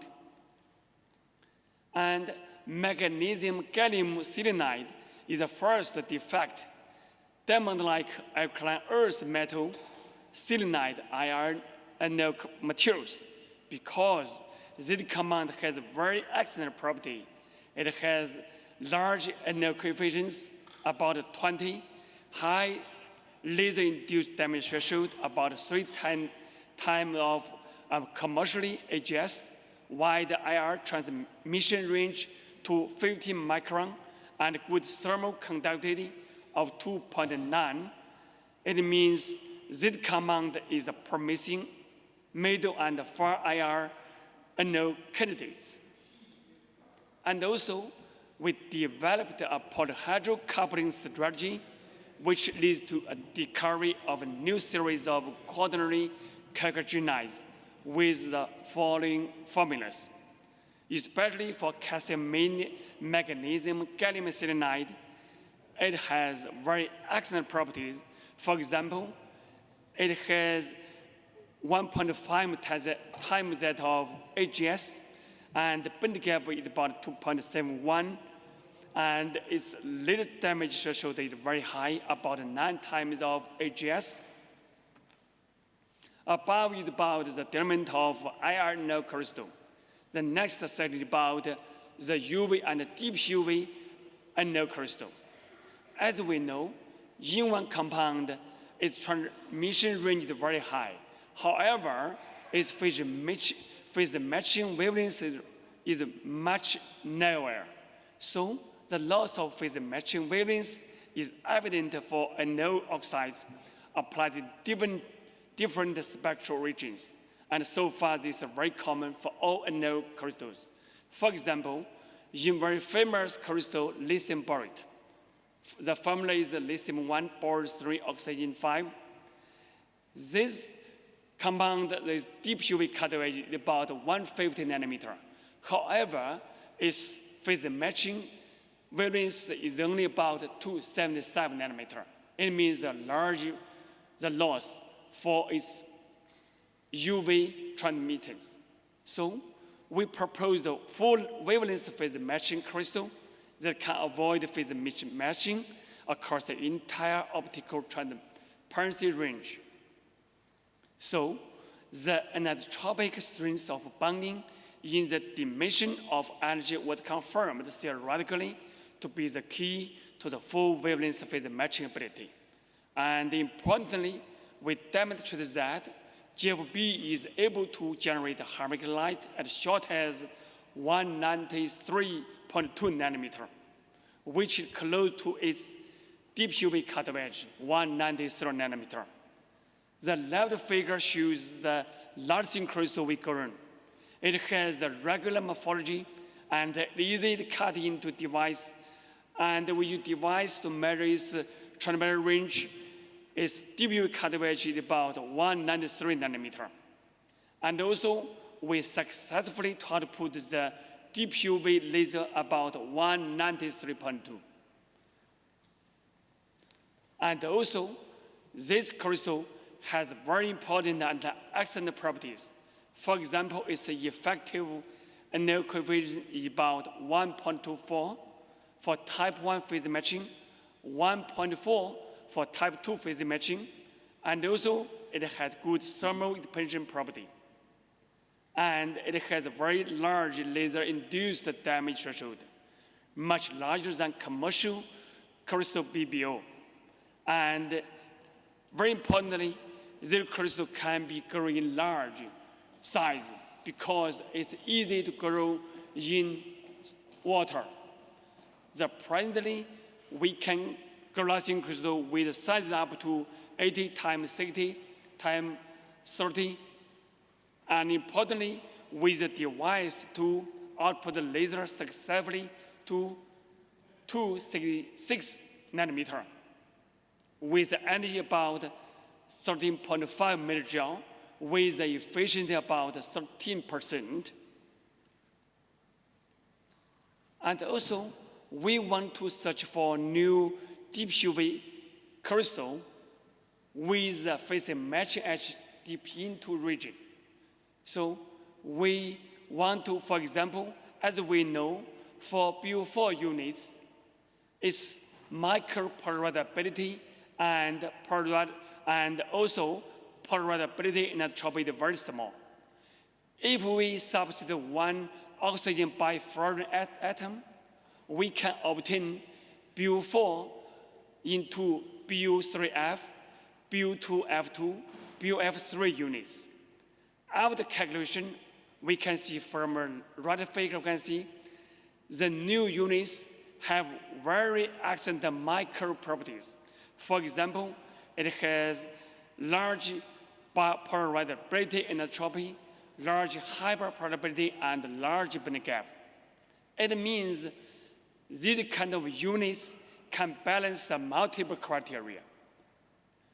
And these kind of units is incorporated into the compounds, it will produce very excellent optical properties. So we searched the 3 known non-central symmetric lithium fluorophores, and we checked the availability of the BUF units to balance the multiple criteria. We use the commercial famous UV crystal lithium borate, LBO. And the formula doubled into lithium-2 boron 6 oxygen 10. We use 2 fluorine, substitute 1 oxygen. We obtain the lithium-2 boron 6 oxygen 9 fluorine 2.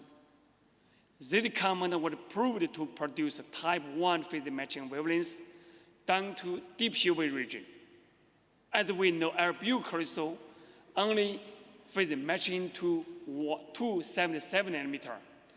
And this compound, after fluorination, substitution, and the phase matching range is reached into 192 nanometer. It means the new unit, BUF units, for example, BU3F, is a good gene to produce the deep UV region wavelengths. Both experimental and theoretical results prove the availability of the BUF units to balance the multiple criteria, which open new sources for DUV nanomaterials. Fluoroxyborates stand out among borates and borate fluorides. In the world, there only one crystal can output deep UV wavelengths named KBF, invented by Chinese scientist Professor Changdian Chen. KBF crystal is a very famous crystal. It can output laser into 165 nanometer laser. However, this crystal has a layered habit. It means it cannot be cut into device. It means it cannot output the large efficiency laser. So we want to use KBF as a template, and we obtained the ABF family crystal successfully. And in the crystal, we introduced the new functional building units, BU3F, and we replaced beryllium oxygen 3F in KBF by BU3F. This crystal should have excellent property. For example, it has better growth habit, should be growing to block size, and crystal should have higher annual coefficients, and also it doesn't require toxic beryllium oxide. So ABF family should inherit excellent optical property of KBF and have significant advantage over KBF. And also we obtained successfully the CBF crystal.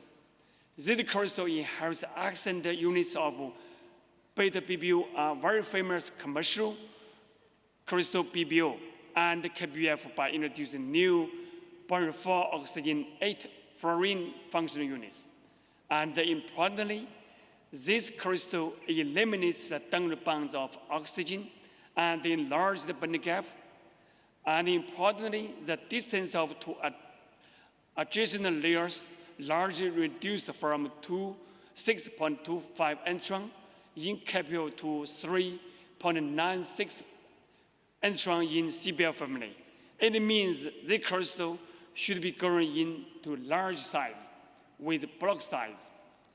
So we made this property and glassine from the radio frequency, this compound can be grown into large size without layer habits. And also use a device to measure its linear and non-linear properties. We found that CBF possesses a short DUV cut edge, about 1.5 nanometer, a large acid rate bounce, about 1.9 times that of KDP, commercially crystal, and a large bifurcance, 0.114 at 1064 nanometer. And very importantly, CBF melts congruently, which means it can be grown large size using traditional chocolate method and for industrial applications.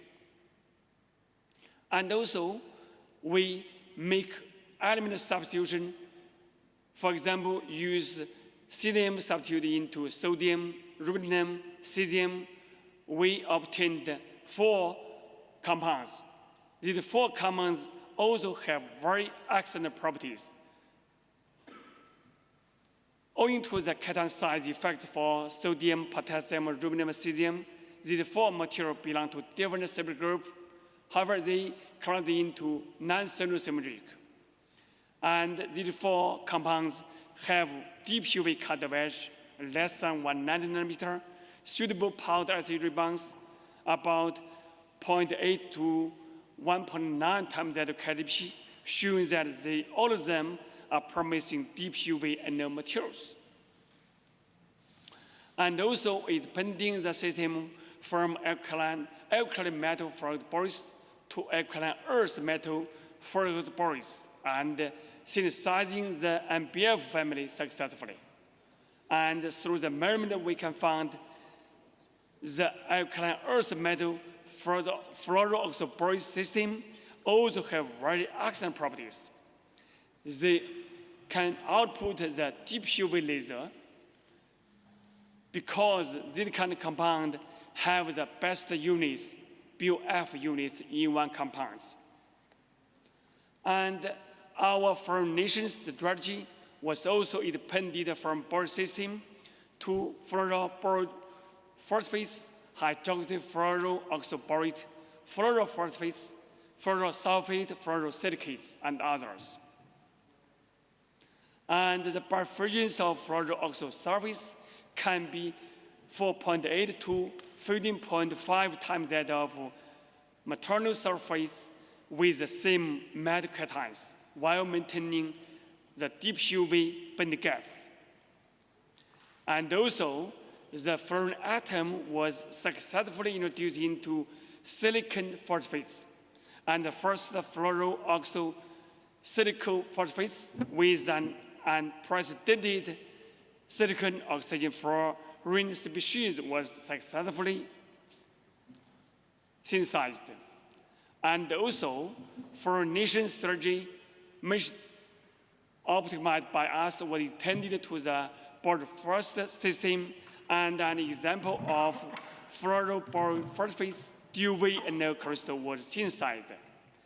This compound can satisfy 3 fundamental requirements for a deep UV and crystals, a short wavelength about 193 nanometer, a large acid rebounds, moderate bifurcance about 0.88 at 1064 nanometer. And fluorination strategy was also intended to an aerobic system, a wide band gap and no materials with unprecedented tetrahedra was synthesized. Its band gap can be increased by introduction of silica sulfide fluorine tetrahedra, which serves as a guide for damage resistance broadband iron crystals. In fact, we want to search for deep UV nano crystal with very excellent property. For example, its output laser should be into far deep into UV region. Fortunately, we found a very excellent compound, ammonium fluoroborate, operated as ABF.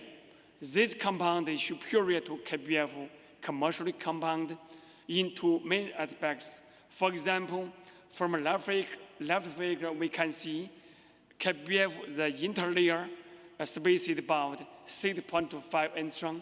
For right figure is the command we synthesized. Its interlayer is about 3.81 angstrom. It means the interlayer space is much narrower. It will improve growth habits. And also in the intralayer, it has double the BU3 density. It means it will produce larger acid rebounds and suitable bifurcations. And we measure its transparent range because if the crystal has the deep UV cut-off edge, it can be used in deep UV region. From the model we can see this command very excellent deep UV transparent range. Its DUV cut-off edge is about 155 nanometer. And also, we tried glassine crystal because we want to cut the device and then measure its optical, linear and non-linear optical properties.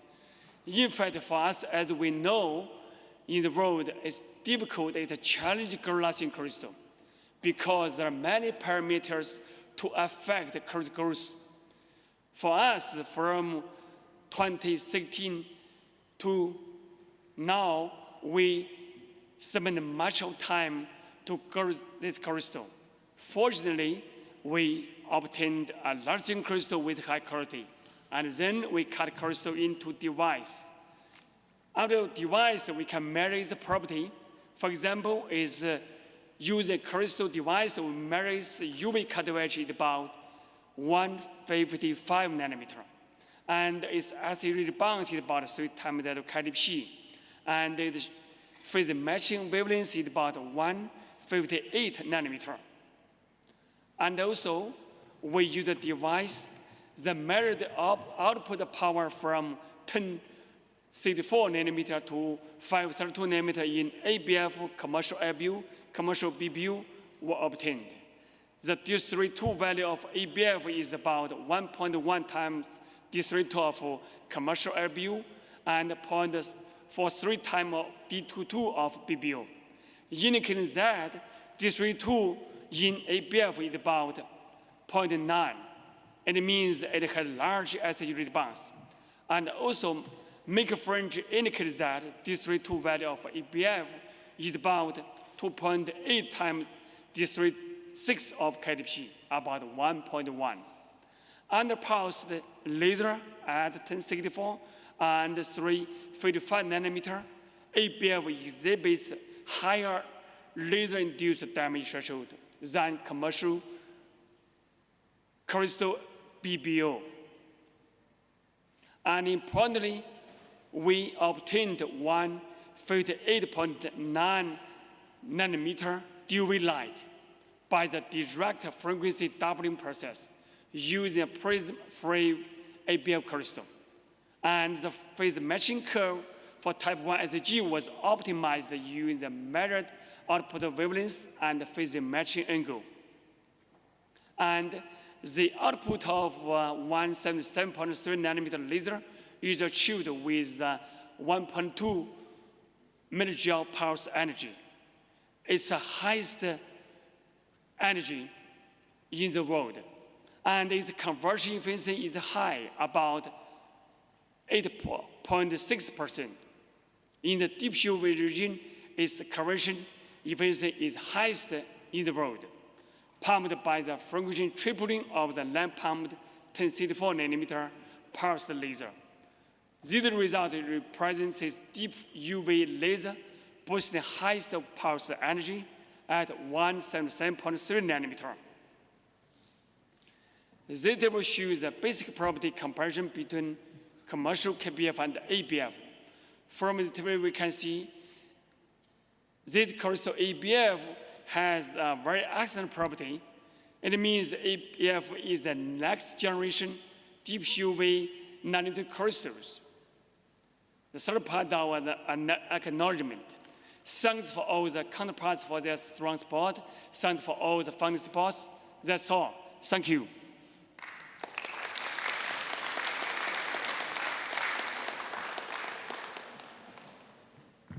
Thank you very much, Professor.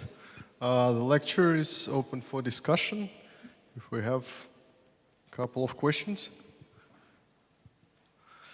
So that's all people are fascinated with your results. May I ask one? So my question is, what is fundamental difficulty of growing the big crystal? So I understand there are technical difficulties, but is there any fundamental reason it's difficult to grow a big crystal? It's a good question. It's a good question. Thank you very much. For example, for ABF family, we spend almost 8 years to grow this crystal. What's the fundamental problem? In fact, for this crystal, as we know in the formula, there's ammonium. It means it's not stable in high temperature solution. So we should search for the suitable phase diagram. And then from the phase diagram, we can find out the suitable flux, because the flux will lower the growth temperature. And also there are other parameters affecting the growth.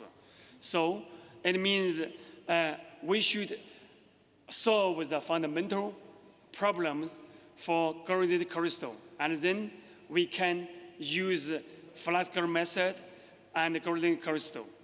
Another problem is in this system, there are 3 phases: gas, solid, and solution.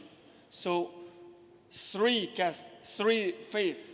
It means in the world, no one crystal be grown in 3 phases. So it's a great challenge. For us, we successfully solved the problem, and we glassing crystal currently. Thank you. Thanks. Yeah, there is a question in the audience. My question is regarding 173 nanometer laser, deep UV laser. Are these lasers already available or will be available soon? What is the situation? You mean this laser, right? 158.9 nanometer output. Yes, and you have shown the other one as well. Pardon? On the next slide. Next slide. Oh, no, okay. Not this one, it's this one? Also quite good, yes. Are they available? In fact, it's a good question. Are they available now? Yeah, available. Can you buy it? From the middle figure, we can see we can output the laser from 158.9 nanometer to 200 nanometer to 66 nanometer and above wavelengths. As you know, in the world, it's a challenge to output the UV and deep UV laser because no excellent crystals with high quality. For KBF, it can output the 165 nanometer. However, this crystal has layer habits. And you have shown laser with 1.2 millijoule. Yeah. 1.2 millijoule. This is the highest this 177 power energy at this wavelength, 177.3 nanometer. And it's because it's a 6 harmonic generation of Nd:YAG laser. Nd:YAG laser, yeah. Okay. It's a great challenge in the world. Yeah, thank you. It's obtained on your crystal, grown by you. Yeah, we obtained this laser successfully by us in our lab. Okay, thank you. Thank you. Thanks. If there are no more questions, I would like to pass the microphone to Professor Zhihua Yang. If I'm correct with this, the organizers told me that you will chair the next session. Okay, So thank you for all the professors here. And the next talk is from Shandong University, Professor Hao Yuhai. So his topic is about electron-phonon coupling laser crystal research. So let's warmly welcome.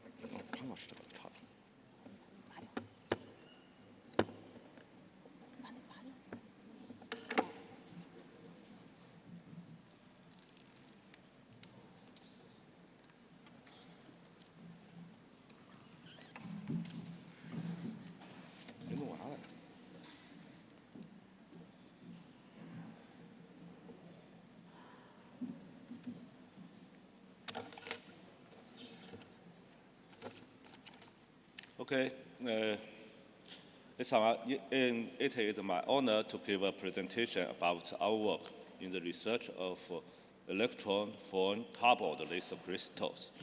I'm Hao Haiyu from Shandong University, China. This is the outline. Including the electron-phonon carbon laser radiation, electron-phonon key functional unit and orders, laser wavelength expansion strategy, and efficient laser output. Phone selection laws and temperature characterization of electron-phonon carbon lasers. And finally, the time domain characterization and applications of this kind of lasers. So first, let's start from the electron-phonon carbon laser radiation. As we know, the absorption and emission of light can be well described by the Bohr atom model, where the light wavelength is determined by the difference of the different electron levels. Every atom has topic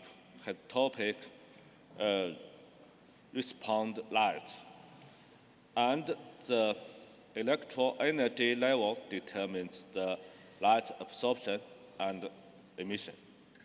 So, in the beginning of last century, Einstein proposed a theory about the stimulated radiation, which means that when the electron is localized on the high electron levels, the photon carried by the light with the energy equal to the difference of the levels could stimulate the emission of another photon.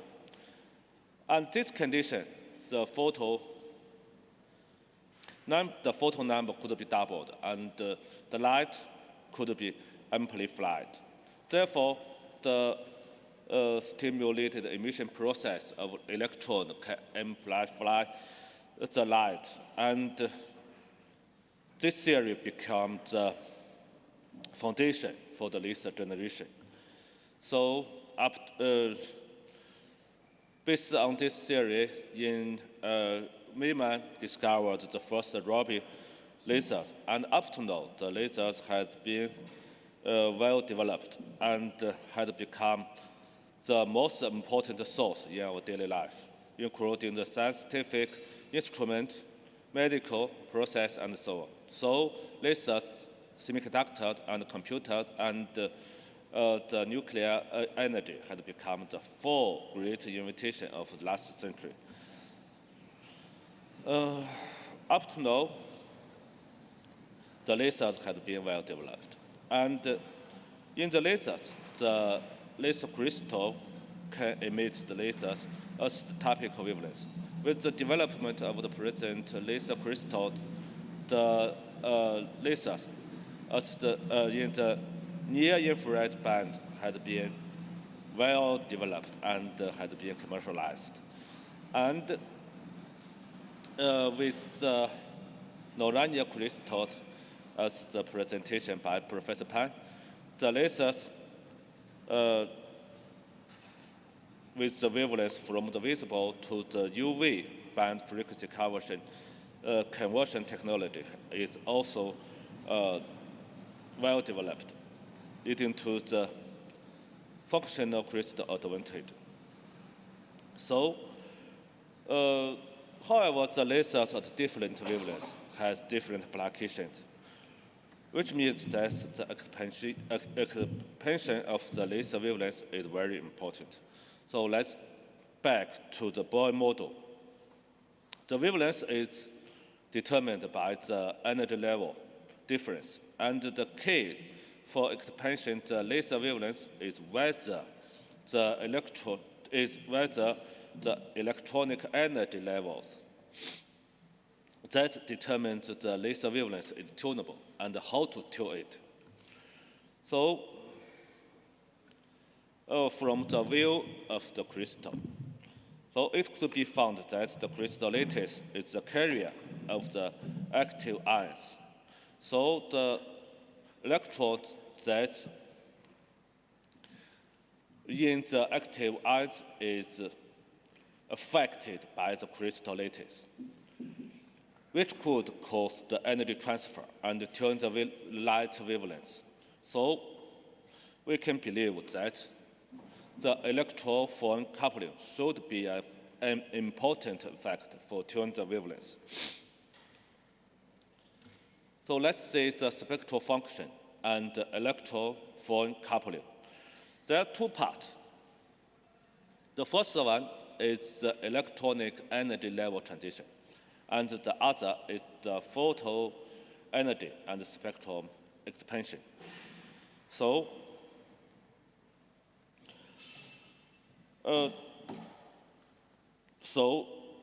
the second part could involve the phone energy and could be used for the spectral expansion.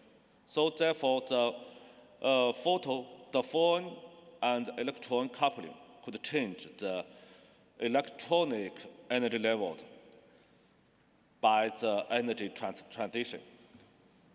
So the model for the absorption and emission could be changed, associated with the electronic and associated with the electronic transition energy levels and the phone energy, as shown as the electron-phone coupling model. Therefore, the electron-phone coupling could be tuned and could tune the electronic energy level through the energy transfer and restrict the electronic energy level, as shown in the behind.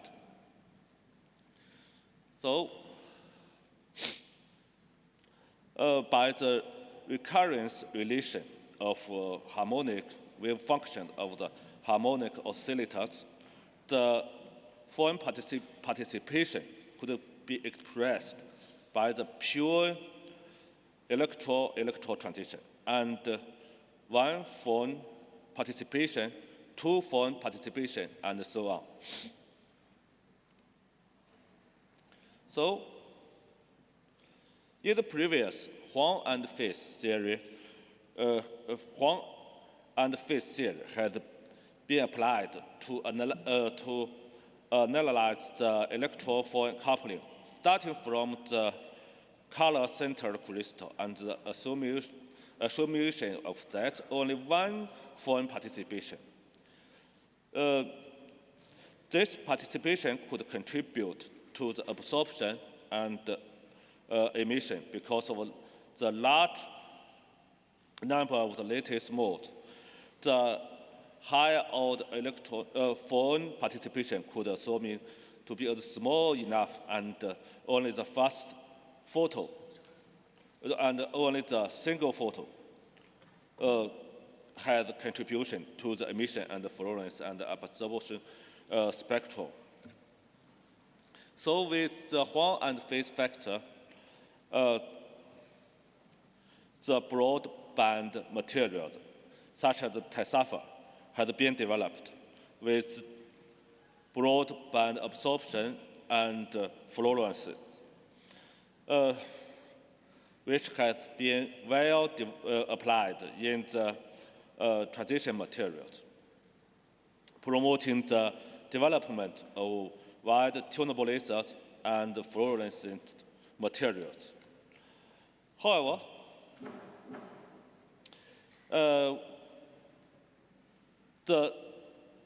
as we know, the lasers is an amplification process, and when the multiphone coupling met this process, the multiphone electrocoupling could be amplified and would provide new and abundant transition channel for the electron transition and expanding the wavelength, which means that the multiphone coupling and would break through the electronic and strict energy levels and get the laser beyond the fluorescence.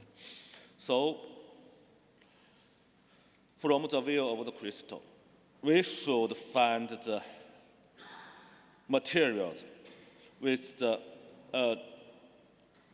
key functional unit and the order. So we start from the Schrödinger equation for this system and expanding the electron-phone interaction part. From the equation, we can find that the key element of electron-phone coupling function unit including the large charge density, short bond length, and ordered mode, which is linear and effective superposition.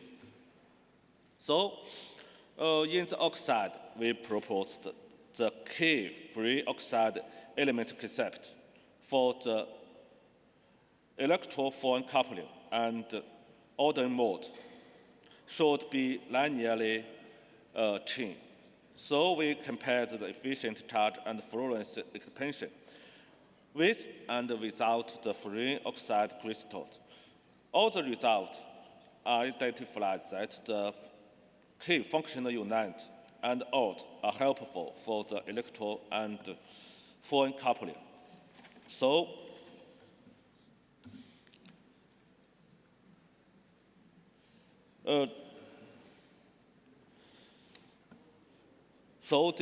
we also use the GD as the fluorescence probe to characterize the electron-phone coupling. And we select the IE cup system as the system with strong electron and phone coupling. So this kind of material has free oxide and chain arrangement. So we showed the third part is the laser wavelength extension strategy and efficient laser output. From the left side contradiction, we can find the YBIs should be very helpful for the electron-phone coupling and used as the active eyes. So the YB-doped Y-cup crystal is a laser crystal with strong electron and phone coupling effect.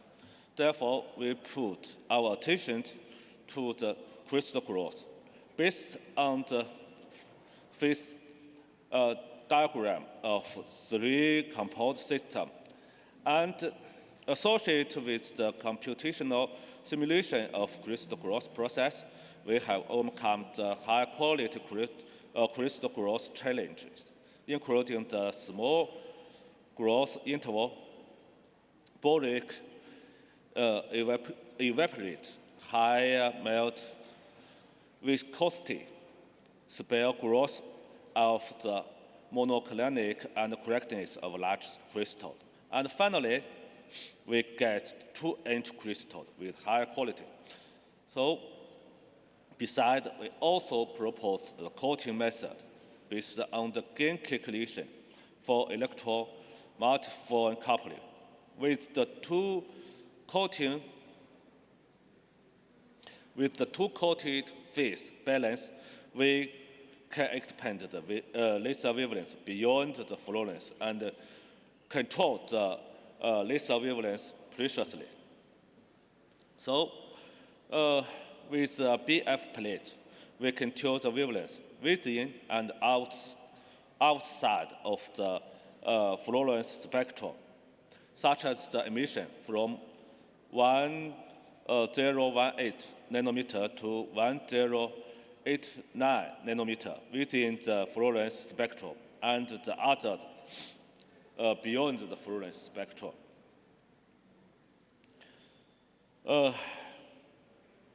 So the laser performance is like this, corresponding to the different fold participation, which is very obvious that the different fold coupling involved has different laser wavelengths and performance.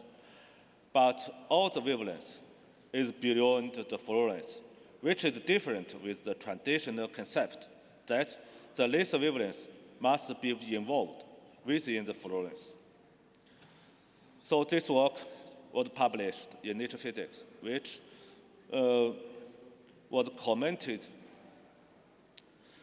with the title "The Light in the Darkness," and it was believed that the present laser has formed an important band gap in the well-developed laser, and it's a breakthrough in the laser field. So, as we know, in the crystal, there are many foreign models. So the fourth part is the foreign selection rate and the temperature characterization of electro-foreign carbon lasers. So we start from the transition of electronic dipole momentum opera. It can be found that the foreign modes involved in the electrocoupling could be Raman active, and the reducible representations of the transition final state wave functions is involved in direct product of both initial state wave functions and that of the irreducible representations of electric diode mode opera. Besides, based on the theory of the laser, we could find that the laser threshold and temperature in this process should satisfy the Curie principle, and their product should be a constant. Therefore, the heat could become necessary for the electro-foreign carbon lasers. So, with the neodymium-doped vanadate, a very well developed material, we studied the lasers beyond the fluorescence. By heating the laser crystal, we get the new laser wavelengths, and the lasers by the electron transition decrease, as shown in the behind, and the foreign carbon lasers increase with the temperature. So the laser performance is shown as this. The maximum slope efficiency is over 30%, and the threshold and the temperature product is a constant.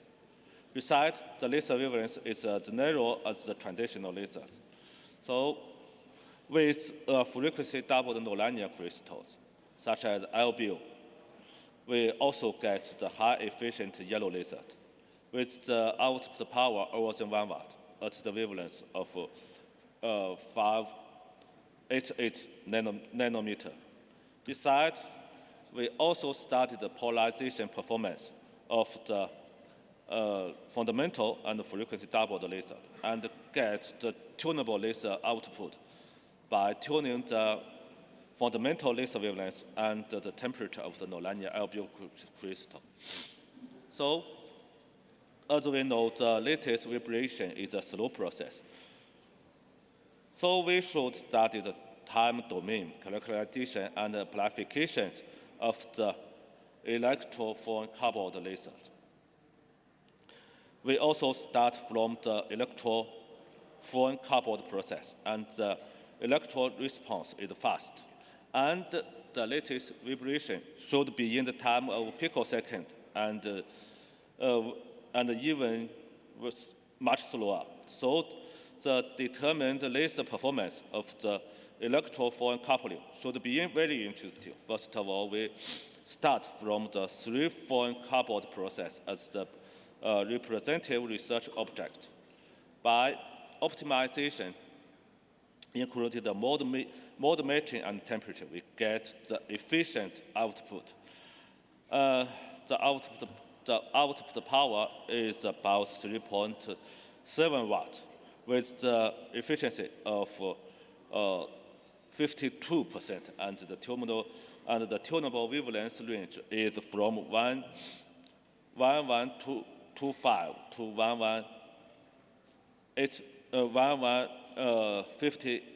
55 nanometer with the different output coupler. So we select the different central absorber by considering the module wavelength, module depths.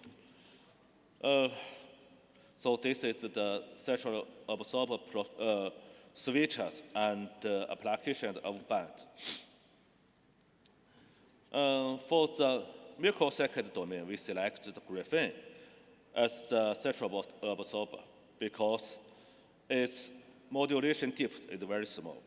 And we insert the graphene into the cavity for the passive Q switching. We can get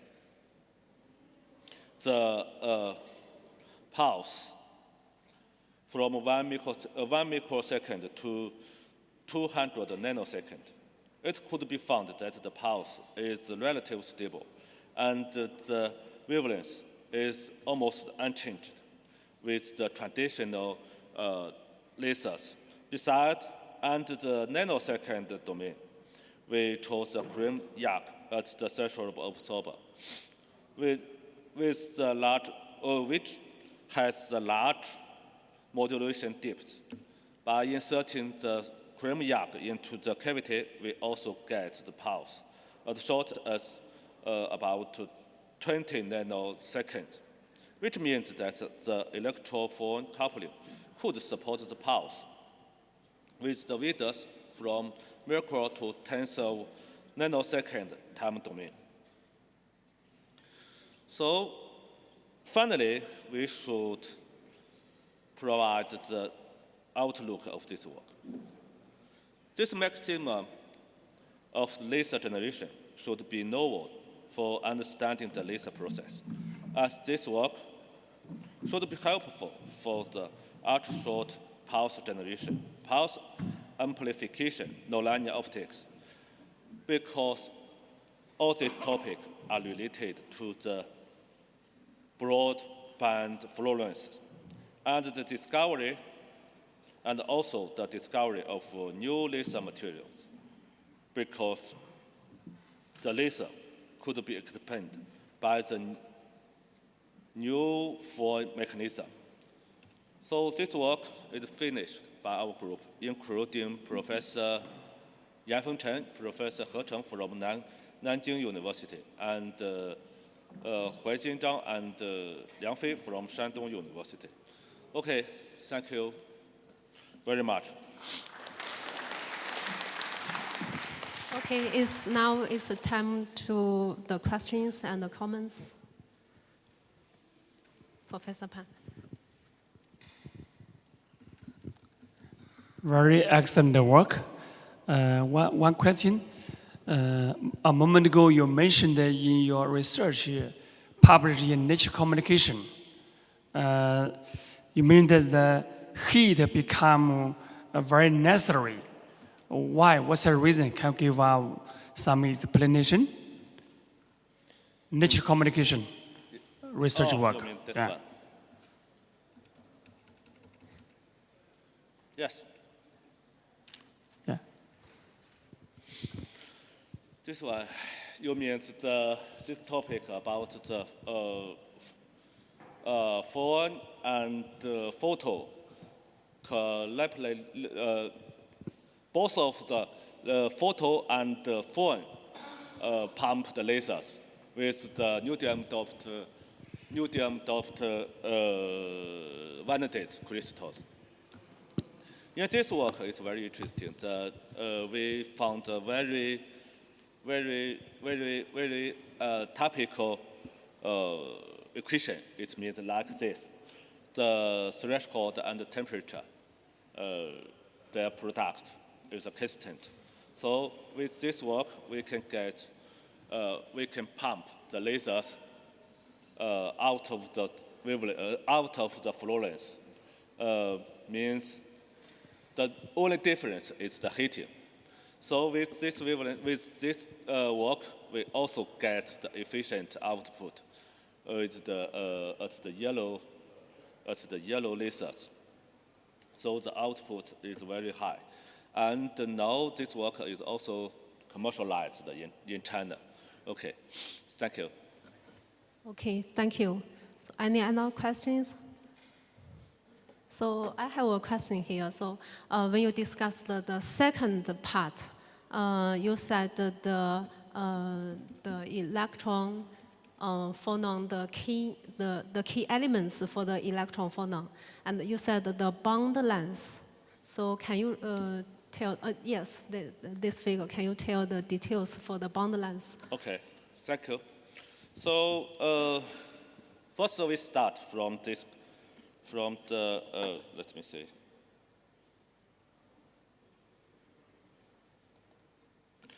First we start from the electron-phone interaction.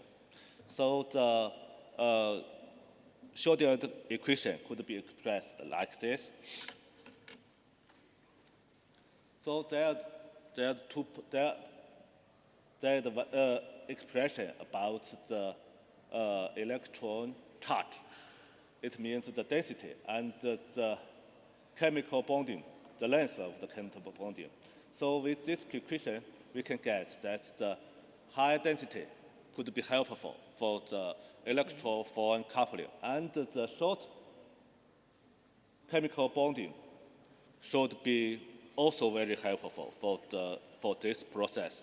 So besides that, also about the orders, the superposition. So we hope the unit should be linearly and superpositioned efficiently.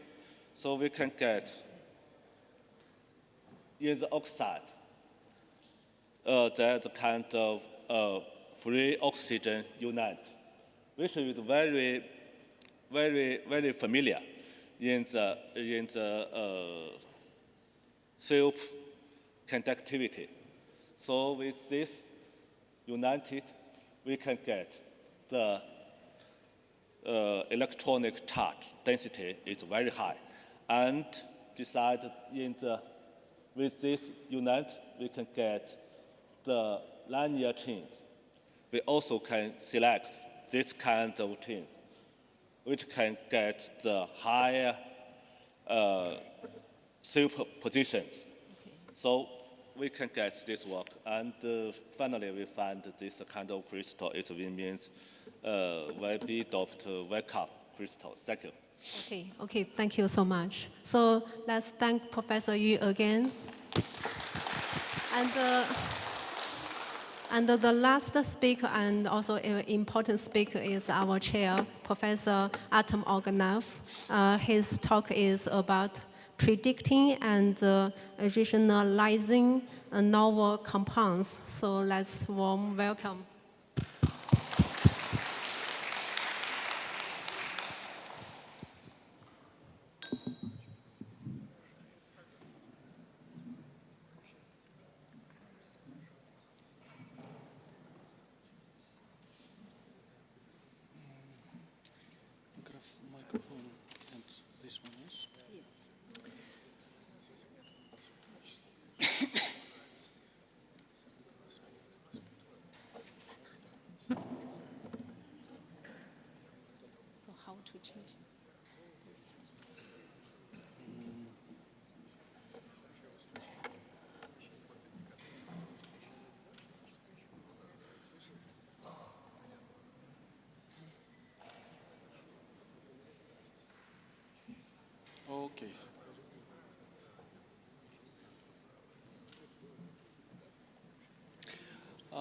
Okay, ladies and gentlemen, let's start.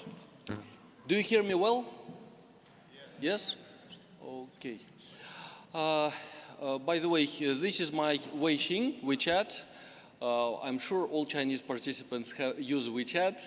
Please scan my WeChat and let's stay in touch. The title of the talk is Predicting and Rationalizing. Predicting and explaining. When I was young, I liked to predict things. I still do. But the older I get, the more I want to explain what the heck we predict. Because often we predict things which are completely unexpected. And when you predict something unexpected, you want to understand why your traditional intuition did not allow you to expect that. You want to improve your intuition.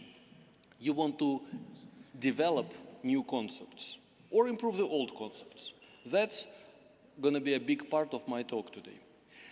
I will tell you a little bit about predicting crystal structures when you know the chemical composition. I will tell you a little bit about predicting chemical composition as well. We can do it. Just knowing the names of the elements, we can predict all compounds that can be formed by them in the form of solid and also in the molecular state, which is a completely different task, by the way. I will talk about it a bit later. I will tell you about how we can solve the most ambitious problem of computational material science, predicting the material among all possible compounds of all possible elements with each other, with all possible compositions and structures, predicting the best of them with respect to properties that you need. So predicting the most high-performance material. Okay, and also we will consider the explanation of the results, explanation of what we predict. Many years ago, in fact, exactly 20 years ago, I started working on developing crystal structure prediction methodology. At that time, nobody believed that crystal structures can be predicted. But here we are. Nowadays, nobody has a slightest doubt. We know that crystal structures indeed are predictable. It can be done efficiently and reliably. And the program that we have developed is called Uspekh. In Russian, it means success, because it's successful. And it has more than 10,000 registered users worldwide. So political crises come and go, sanctions come and go, but our program is still used around the world. And we get requests from all kinds of countries, and we happily communicate with scientists around the world. What we do here is we find the arrangement of atoms, the structure, which has the lowest possible energy. So we find the global minimum of the energy. And that corresponds to the thermodynamically stable structure. The energies are calculated quantum mechanically, so each point of this landscape, if we land on it, then we know what the energy is from quantum mechanics, or using other approaches when needed. Okay, let me tell you a few stories of how this works. First, imagine you specify the chemical composition, and I have to predict crystal structure. So that's the simplest formulation of this problem. In collaboration with Alexander Shapeev, a brilliant young professor here at Skoltech, we wrote this paper, which is now hugely cited, like 300 times or something like this, where we combined machine learning interatomic force fields with our structure prediction method. So instead of using quantum mechanics, here we use a machine learning representation of the energies, forces, and stresses of the structures. That speeds up the calculations by orders of magnitude. Without it, it would be difficult for us to handle some of these structures. Let me show you this rather complicated example of boron. Boron is the most complicated element in the periodic table. And its most stable form, beta boron, has a huge unit cell, more than 100 atoms, and it's also disordered. For theoretical calculations, this is a big challenge. But using machine learning interatomic potentials, we could easily predict the beta boron structure the most complicated one and the most stable one at the same time. Also, alpha form is easy to predict, gamma form was easy to predict. We predicted the recently discovered tetragonal form and the yet undiscovered cubic metallic allotrope of boron, which can be interesting because so far pure boron was only found in semiconducting modifications. But we predict here a metallic form with very low energy, which is very interesting. So you can see what kind of complicated things we can do. Regarding boron, some years ago we published a paper in Nature where we found the structure of gamma boron. It was confirmed experimentally by us and others. And also it has quite unusual character of chemical bonding. Some boron atoms are positively charged and some negatively charged within a pure element. It's quite interesting. And it's also one of the hardest materials known today. Perhaps even more interesting finding was in another Nature paper published the same year by us, where we found that sodium, an alkali metal, a typical free electron type metal, at high pressure becomes non-metallic and even optically transparent. This goes against the common intuition in high pressure physics and chemistry, and in fact electrons are no longer smeared in space. They do not form the electronic gellium, but instead they are strongly localized in interstitial cavities of the structure. So why does it happen? You know, non-metallic, transparent sodium with strong electronic localization. Very strange. We can do not only inorganic things, but also organic things. This is one of the many examples of such success stories where we correctly found a new structure of resorcinol. Experimentalists found a new modification, but could not solve the structure. We provided the structure to them, and it matched beautifully X-ray diffraction patterns that they had. We can even extend our methodology to proteins. Together with my former student Ivan Kruglov, we recently published this paper where we tested this methodology for a number of protein molecules. And in all cases, except one, I have to say one case does not make me happy, this one SHF. Here the agreement is not good. But in all the other cases, you can see the overlay of experimental and theoretical protein structures is actually very, very good. Okay. Take-home messages. Crystal structure prediction is very powerful, but we do find strange things in the results which we need to explain. Why sodium becomes transparent under pressure? That's very strange. Why boron becomes a kind of split personality element under pressure, where some atoms are positively and some negatively charged within the same crystal structure? Let's bear this in mind. We will try to find an explanation later in the talk. Now let me show you how we can predict not only the structure, but also the chemical composition. The formalism for doing this is actually very old and very well developed in the works of James Clerk Maxwell, the so-called Maxwell construction or convex hull construction, which starts from a very simple statement, that a stable chemical composition is the one which has lower energy than any isochemical mixture of other compounds. So if you plot the enthalpy of formation or free energy of formation versus composition, the stable compounds form a convex construction where each point is below any line that you can draw between any other two compounds.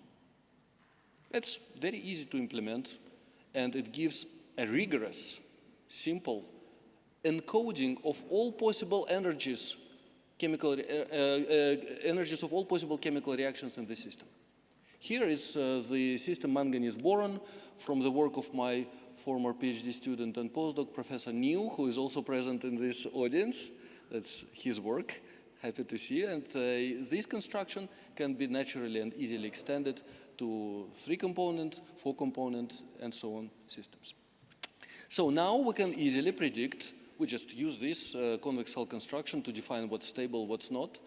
And we can easily now predict stable chemical compositions. In one calculation, we can scan the whole compositional space and find all stable compounds.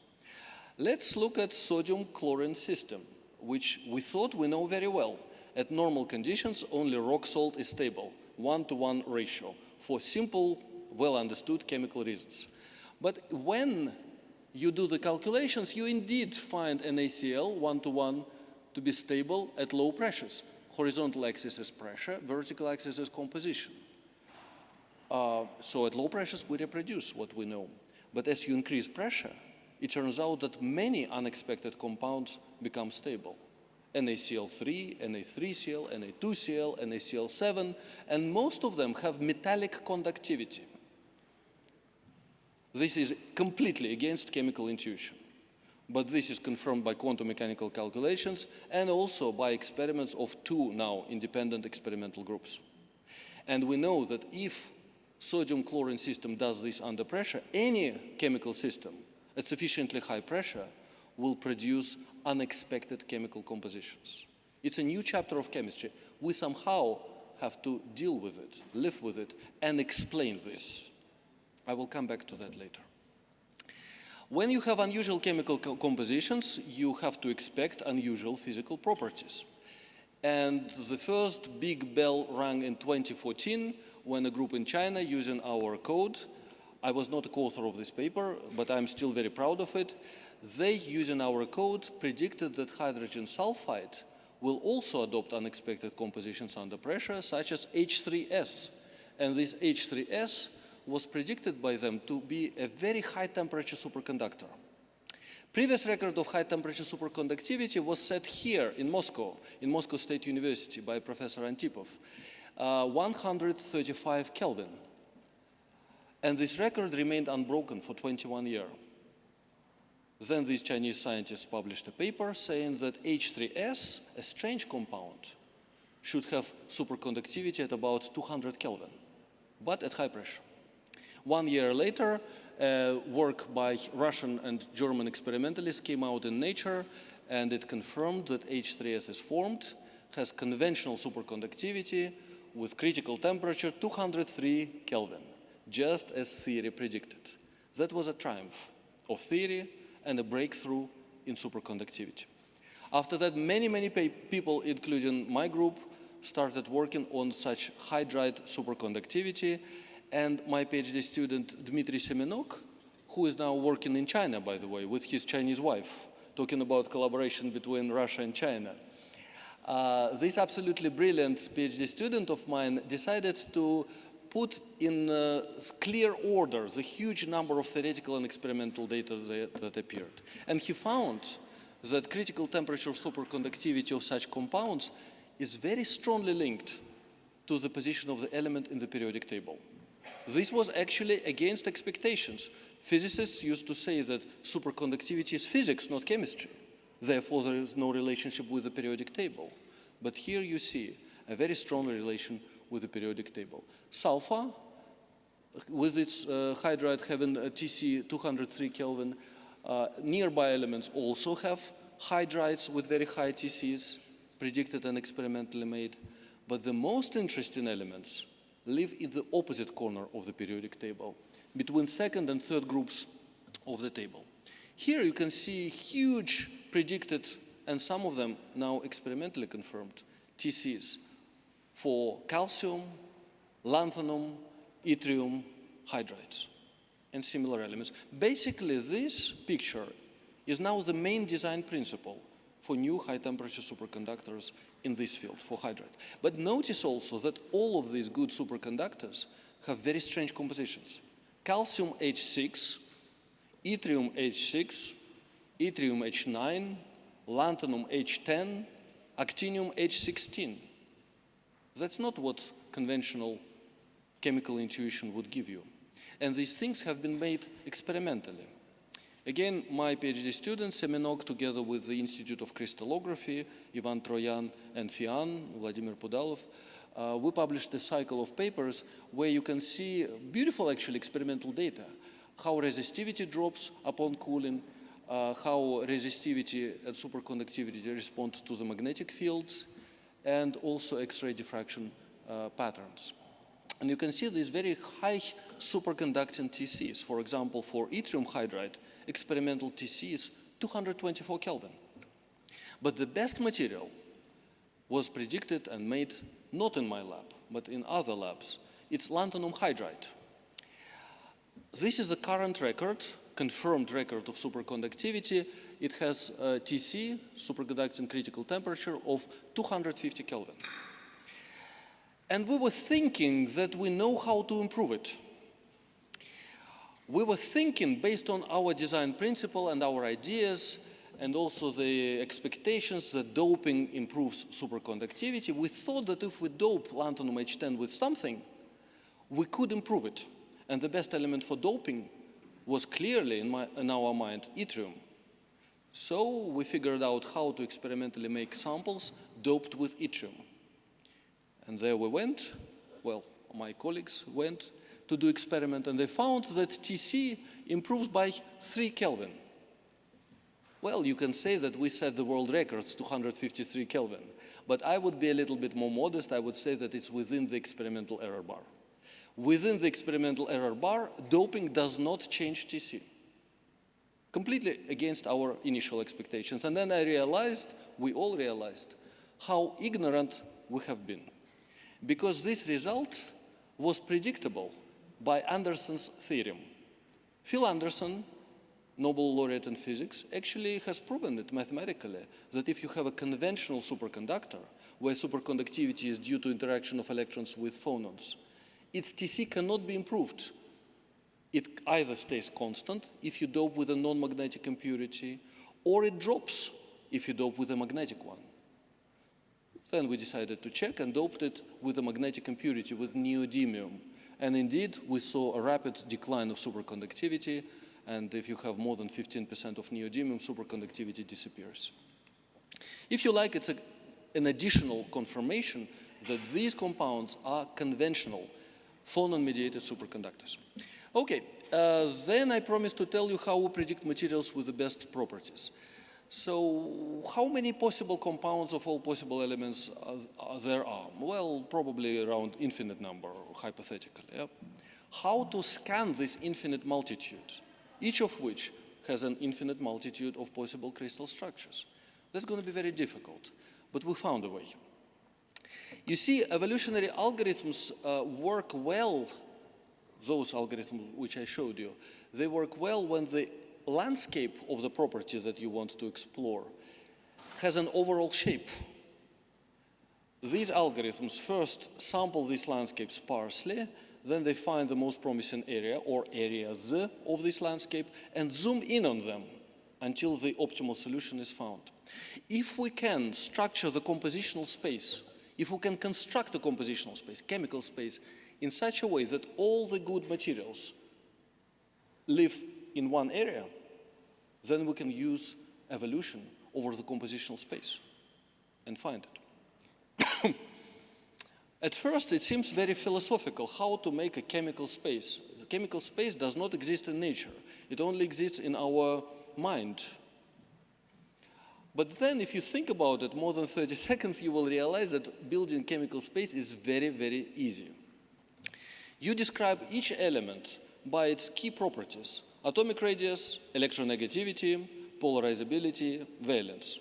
If two elements are very close in these four numbers, their properties are going to be very similar, and all of their compounds will be similar as well. For example, sodium and potassium, they will be close in this four-dimensional space. And sodium chlorides, potassium chlorides, the same story, similar properties. In this case, if you find a very good material, for example, here is a landscape of hardnesses in the binary chemical space, so element X on this axis, element Y on the vertical axis, and each pixel is a binary system formed by elements X and Y. If you have a good hard material here, near it will be other materials with very high hardness. And we can use evolution over evolutions.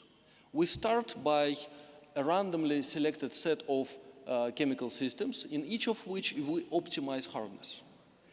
If the system is not good enough, we kill it. If it's a little bit promising, we give it a chance to become a parent and produce children, other chemical systems, which inherit structural and chemical information. And like this, evolution very quickly discovers the most promising region of the search space and capitalizes on it, and then finds diamond as the hardest possible material, and when the calculation runs longer and longer, nothing harder than diamond is found. So if you like, it's a computational proof that diamond is the hardest possible material.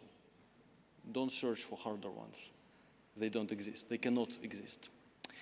But you see, evolutionary algorithms, because they explore very densely the most promising part of the search space, they discover not only the most interesting solution, but also many others nearby. Many other hard materials, which unlike diamond, could be made without pressure, cheaply, in large quantities. And here is, if you like, a treasure map of this super hard field with many, many materials predicted. Some of them are known, some of them are not known, but predicted to have very high hardness and the possibility to be synthesized without pressure. Okay, I have shown you how we can predict chemical composition. We can even scan the whole space of possible chemical compositions. How we can discover unusual, unexpected chemistry with strange sodium chlorides, strange high TC superconducting hydrides, setting the records like 250 Kelvin.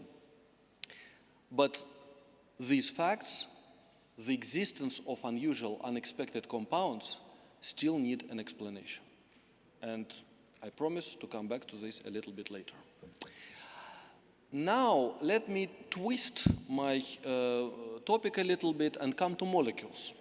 Can we predict which molecules will be formed? Initially, I thought, I'm a simple guy, I'm very naive.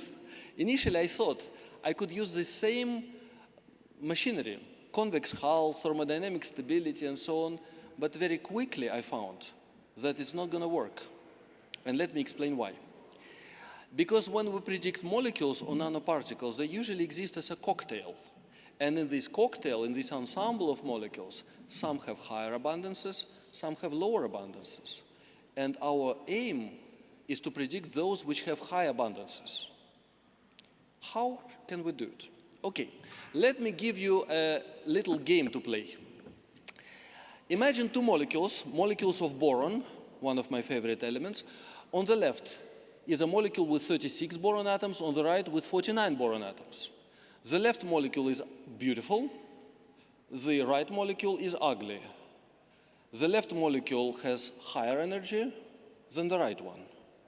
Which one you think experimentalists will see? The ugly with lower energy is good, right? Or the beautiful with a higher energy? What do you prefer? Please raise your hands who prefers beauty. And who prefers brute force energy? Okay, the supporters of beauty are more numerous and they win. Experimentally, boron 36 is very well known. Boron 49 was never seen. And let me try to explain what's happening here. If you calculate the energy of boron molecules at different sizes, at different numbers of atoms, as a function of number of atoms, you will see that it falls off almost monotonically. So the bigger your boron molecule, the better its energy. And if you ask naively, what's the molecule with the lowest possible energy, the answer is very simple, but useless. It's an infinite crystal. But that's not the answer I wanted. I wanted to have the answer about molecules. There is a way, however, to solve this conundrum. If we look not on absolute energies, but energies relative to neighboring molecules, plus minus one atom. If you look at these energies plus minus one atom, basically looking at the curvature, local curvature of the energy as a function of number of atoms, like second derivative, or more precisely second energy difference because it's a discrete system. Then you will see that if a molecule has better energy than its neighbors, arithmetic average of the neighbors, then this molecule is doing something right. And it will have higher abundance than at least its neighbors. Actually, this approach was borrowed by, it was not created by me, it was invented by nuclear physicists when they tried to explain abundances of isotopes and nuclei in the universe. They found that you should not look at absolutely best energy. It's useless. You should compare with plus minus 1 proton, plus minus 1 neutron. Then your results begin to make sense. And these specially stable molecules, more stable than the neighbors, they can be called magic, like magic nuclei in nuclear physics. What makes a molecule magic? Okay, I even brought to you some toys. A filled electronic shell makes a molecule magic when all the bonded orbitals are occupied and non-bonded empty. And filled structural shell, which, by the way, leads you to preference for symmetry. Here are some examples of magic boron molecules. You can see that all of them are highly symmetric and beautiful. Nice.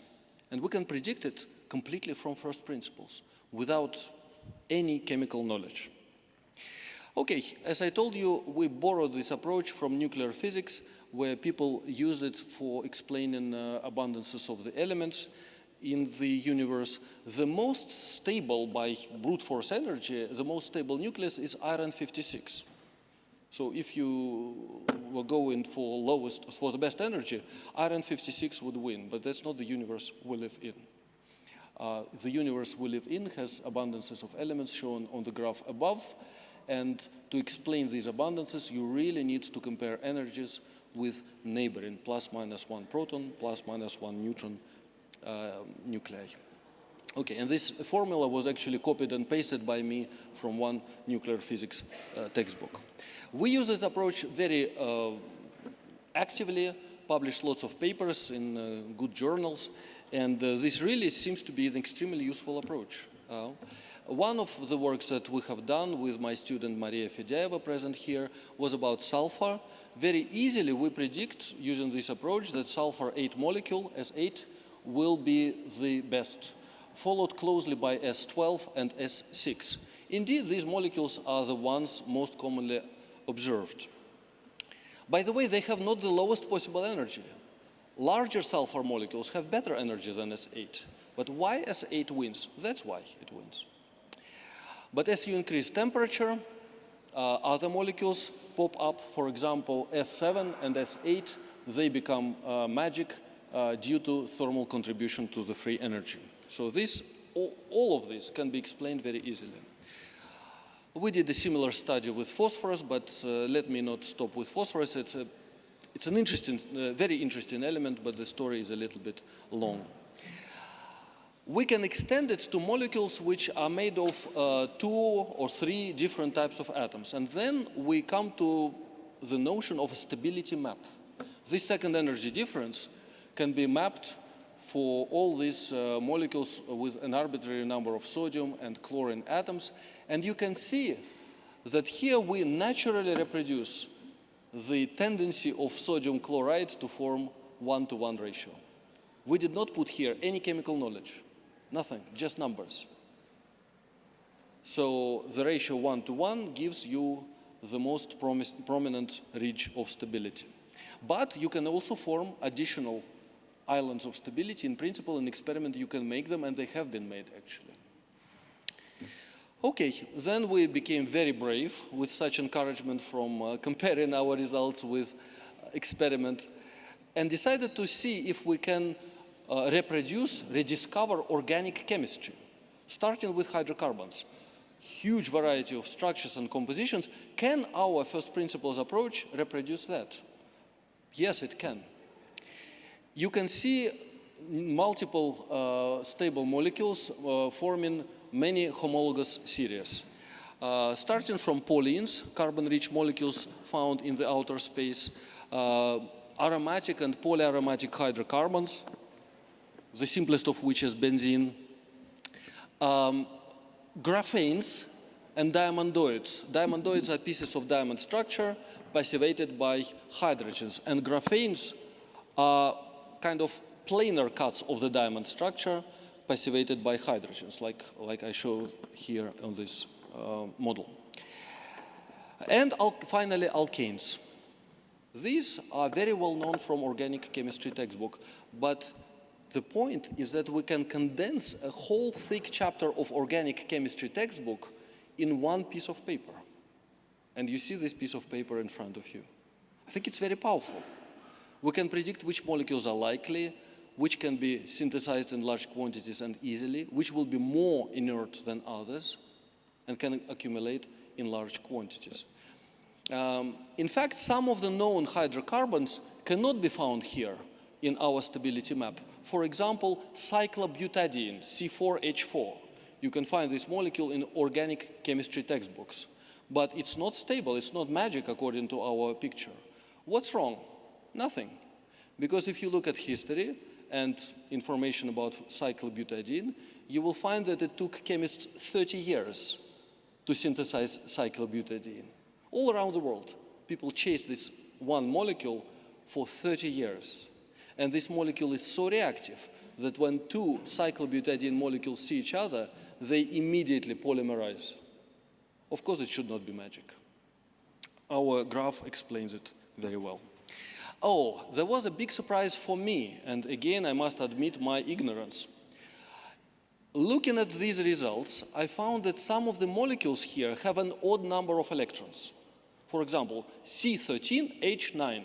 If you count the number of electrons, it's odd. So the molecule, magic molecule, it must be magnetic.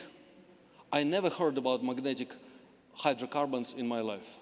Never. And I thought, what's wrong? I looked at the molecule, and I found that this molecule has a very beautiful structure, highly symmetric. You see, in Siberia, they make even payments in the shape of this molecule. It's just a piece of graphene passivated with hydrogens. Yes, it's magnetic, and it's very well known from experiment. In fact, people observed and studied this molecule before I was born. And other molecules of the same kind are very well known and observed, for example, in Titan's atmosphere. That shows you the predictive power of our method. It predicts things which you would never believe to be possible.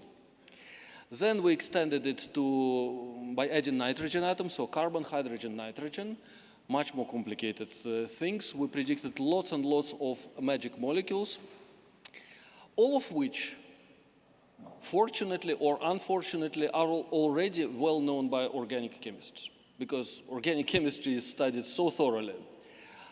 But there is one nearly magic molecule, so it's not magic, it's a little bit off, which apparently nobody has observed, C12NH8. And we predict that probably somebody will be able to easily make it. Let's see if this prediction will stand the test of time. Among the magic molecules that we predict for this system, many have been observed in outer space, and many have been observed in crude oil. So once again, these magic molecules are those that can form spontaneously and accumulate in high concentration. Okay, one of the molecules that we predict is indole, a foul-smelling molecule, and its derivatives. They are magic.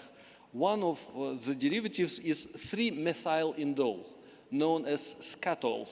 This molecule, scatol, gives horrible smell to excrements. And in fact, scatol means excrement in ancient Greek language.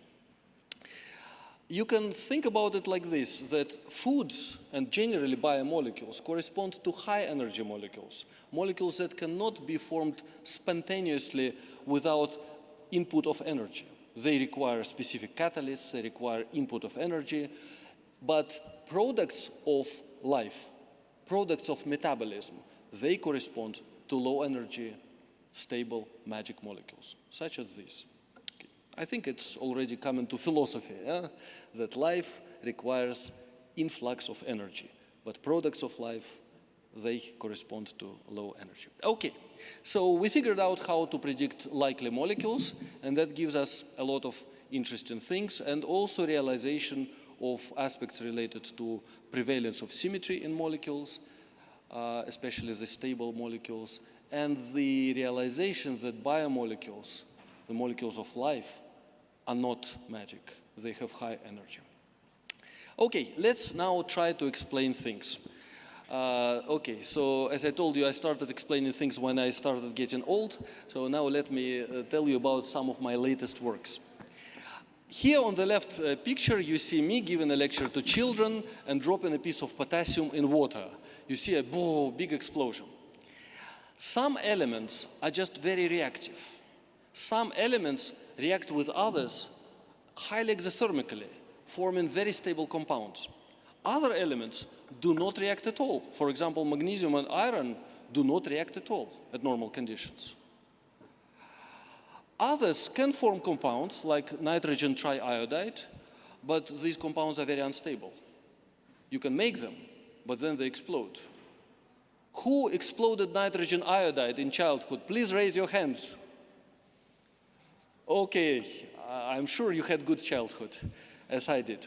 So the question is why some elements react and form stable compounds and others do not react or form some very unstable compounds. Let's try to look at history.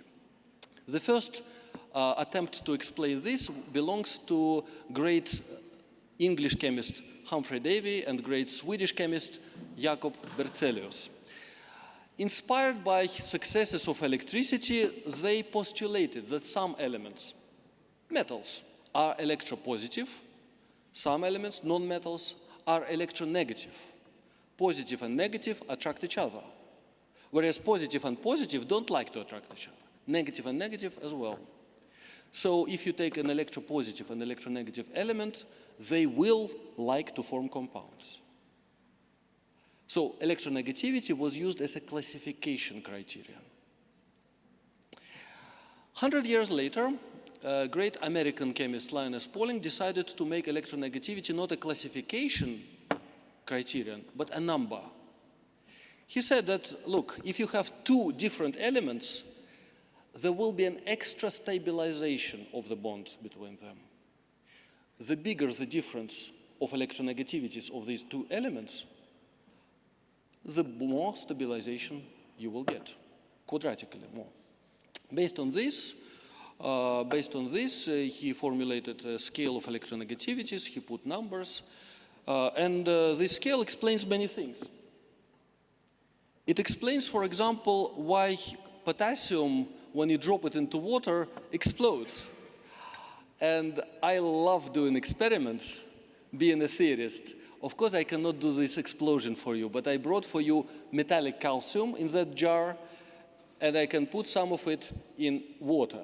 And you will see a very vigorous reaction. Of course, not explosive, so Skoltech will not fire me for doing it here. But you can see a very, very vigorous reaction, and okay. Okay. You see, it's boiling. Why? Because there is a large electronegativity difference, but calcium has low electronegativity. Oxygen has high. Okay, but Pauling's scale has many deficiencies. In particular, numerical predictions are usually inaccurate. We decided to improve it, and with my student Christian Tantardini, we proposed a slightly different formula and a different scale of electronegativities, which, by the way, you can see at the entrance to Skoltech. This big periodic table displays our numbers. Okay, with these numbers, you can much more accurately predict bond energies. Here you see the correlation with experimental atomization energies using our scale, and on the right, using Pauling's scale. With our scale, errors are about 5%. With Pauling's scale, 40%. So it's numerically much better. But we want to go further and explain more things, because you see, Pauling's scale explains why things are stable because of large difference of electronegativity. But they don't explain why things are unstable. By Pauling's scale, whenever you have two different atoms, they would like to have a bond between them because there is an extra stabilization. Any difference is good. The bigger, the better. So can we really explain why nitrogen iodide is unstable? Childhood compound, my favorite childhood compound. Why is it unstable? If you look Pauling's scale, you can calculate that it should be slightly stable. By experiment, it's highly unstable. We have formulated with my postdoc Maxim Kostenko a new model based on electronegativities, which allows you to predict that this compound is actually highly unstable. And the numbers are in good semi-quantitative agreement with experiment. You see on the left the ground truth, the energetic effect of compound formation in binary systems. So you have element from hydrogen to neptunium on the horizontal axis and also on the vertical axis. You can see that where it's blue, the compounds are very, very favorable. When it's red, it means that either compounds are unfavorable or we don't have data. You can see on the left-hand side ground truth, so the database results, and on the right, our model. The agreement is excellent, surprisingly excellent, for a simple model. I will explain to you what the model does. But let me now show you another very strange fact. I told you that elements like potassium or calcium or sodium, they are strongly reactive. Oh yes, they explode, they react vigorously with water, some of them explode with water. But now let's look at statistics of compounds formed by each element with another element. Of course, the champion is fluorine. We're not surprised. Fluorine reacts pretty much with everything. Next to it is oxygen, nothing surprising. And I had expected, that sodium, potassium, rubidium, cesium will also be champions in forming compounds. But they are actually the worst. The lowest number of compounds formed with other elements belongs to cesium. In fact, cesium forms far fewer compounds than platinum and gold. Did you expect that? I'm sure nobody expected that. But this is a fact. And now you have to live the rest of your life with this fact. Can we really explain this? Yes, we can. At least numerically. To explain this, we use Miedema's-like model. There was a Japanese scientist living in the Netherlands, Miedema, who formulated a very simple model, applied it only to metallic alloys, and we simplified his model even further. Miedema kept increasing complexity of his model, but we decided to cut complexity and found a way to do it. And we decided to apply this simple model, simplified Miedema model, to all compounds, not just to metallic alloys. We have two terms. One is, like in Pauling's formula, stabilizing, square difference of electronegativity with a minus sign. And the other term is destabilizing. All you have to do is to get enthalpies of formation of compounds and fit the numbers x and y for each element to reproduce in the best possible way the enthalpies of formation. Here you see the results. The electronegativity is shown in blue here, x, and this y, which we call destabilization factor, is shown in red. Surprisingly, they go parallel to each other. And the interplay between x and y allows you to predict what is stable and what is unstable. Okay, here is our electronegativity scale and our scale of destabilization factors. You can say a lot of interesting things about them. Actually, the most surprising thing for me was that taking a lot of numbers, just a lot of numbers, and putting these numbers in a regression procedure to a very simple formula, we get chemically very reasonable results. We get all these periodic trends, as you can see here and here, for both quantities. Alkali metals have the lowest electronegativity, fluorine and oxygen have the highest electronegativity, just as you would expect. Okay, so when you have a large difference of electronegativity, a compound has to be formed. When the electronegativity difference is small, it may or may not be formed. That's the conclusion. And this is determined by subtle interface, interplay between these x and y numbers. Okay, now let us come back to the world of high pressure from which I started. Can we explain high pressure chemistry using electronegativity concept? Lots of things happen there. At sufficiently high pressure, everything becomes metallic. Even sodium, which demetallizes, if you keep increasing pressure, eventually will also become metallic. Physicists understand why everything becomes metallic under pressure. But other things, people don't understand. Why strange stoichiometries appear? Why Host gas structures where the same element plays two different chemical roles in a pure element, like in the structure of potassium, high pressure potassium shown here, or in the structure of high pressure boron, which I showed you before. Why all of this happens under pressure? Let's try to understand that. But for that, I switched to a completely different scale of electronegativities formulated by another great chemist, Robert Malekin. He said that if you take ionization potential and electron affinity of an atom and average them, you will get a good measure of the pulling force for the electron towards the atom. You will get a good electronegativity. Okay, ionization potential is when you take an atom, remove an electron, and put it far away in the vacuum at an infinite distance. The energy of this process is called ionization potential. Electron affinity is another process where you take a neutral atom, take an electron from vacuum, from infinite distance, and put it on the neutral atom, making it negatively charged. Energy responsible for this process is called electron affinity. If you average these two values, making the half sum, you get electronegativity, Malekin's electronegativity. What's so special about Malekin's electronegativity? It has been proven that Malekin's electronegativity is equal to minus the derivative of the energy with respect to the number of electrons. What is that? It's the chemical potential, minus chemical potential of the electron in the atom. Very interesting. I will come back to this point. Then there was another interesting scientist, Ralph Pearson, who said, let's take not only the half sum of ionization potential and electron affinity, but also their half difference. Why would you do that, you would ask? Because you can prove that this corresponds to the second derivative of energy with respect to the number of electrons. And that is a measure of stability of electronic configuration. It's imperturbability. It's impolarizability, if you like. And it's called chemical hardness, very appropriately.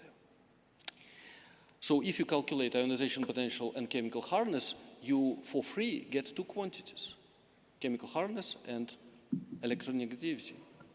Okay, as I told you, the electronegativity is minus the chemical potential of the electron in the atom. Why is this important? Because if you have two atoms with different chemical potentials of the electron, and these atoms come into contact with each other, this necessitates transfer of electrons from high potential to low potential. Since electronegativity is minus chemical potential, it means from low electronegativity to high electronegativity. Sodium gives electron to fluorine or chlorine, just as you would expect. And this difference of potentials gives rise to the exothermic effect, which we observe. Okay, but there is more to it. You can calculate ionization potential and electron affinity not only for atoms, but also for molecules and even solids. And you can define electronegativity and chemical hardness also for solids. Electronegativity corresponds to the absolute energy of the Fermi level, which is very important. And chemical hardness corresponds to half of the band gap, or homolume gap for molecules. That's very, very important. In fact, I would argue that we more often use band gap or homolume gap than the absolute position of the Fermi energy. So chemical hardness is going to be very important. But people don't usually use chemical hardness because electron affinity is a small number. Whether you add half of it or subtract half of it doesn't make much difference. So at normal conditions, electronegativity and chemical hardness are very strongly correlated. But at high pressure, this correlation disappears. And you really have to consider both of these properties independently. By the way, if a chemical hardness of an element is large, this element is likely to form an insulating crystal because it corresponds to the homolume gap. You have band broadening when you form a solid, but it will be difficult to close such a big gap. On the other hand, if the chemical hardness is small, you're going to form a metal. Okay, lots of interesting things we discovered, don't you think so? Powerful concept, really powerful. What a pity it doesn't belong to me. Let's put atoms under pressure and calculate their chemical hardness and electronegativity. How can we put an atom under pressure? Pressure is not transmitted by vacuum. Vacuum cannot exist under pressure. Pressure is transmitted by other atoms. Pressure is force divided by area.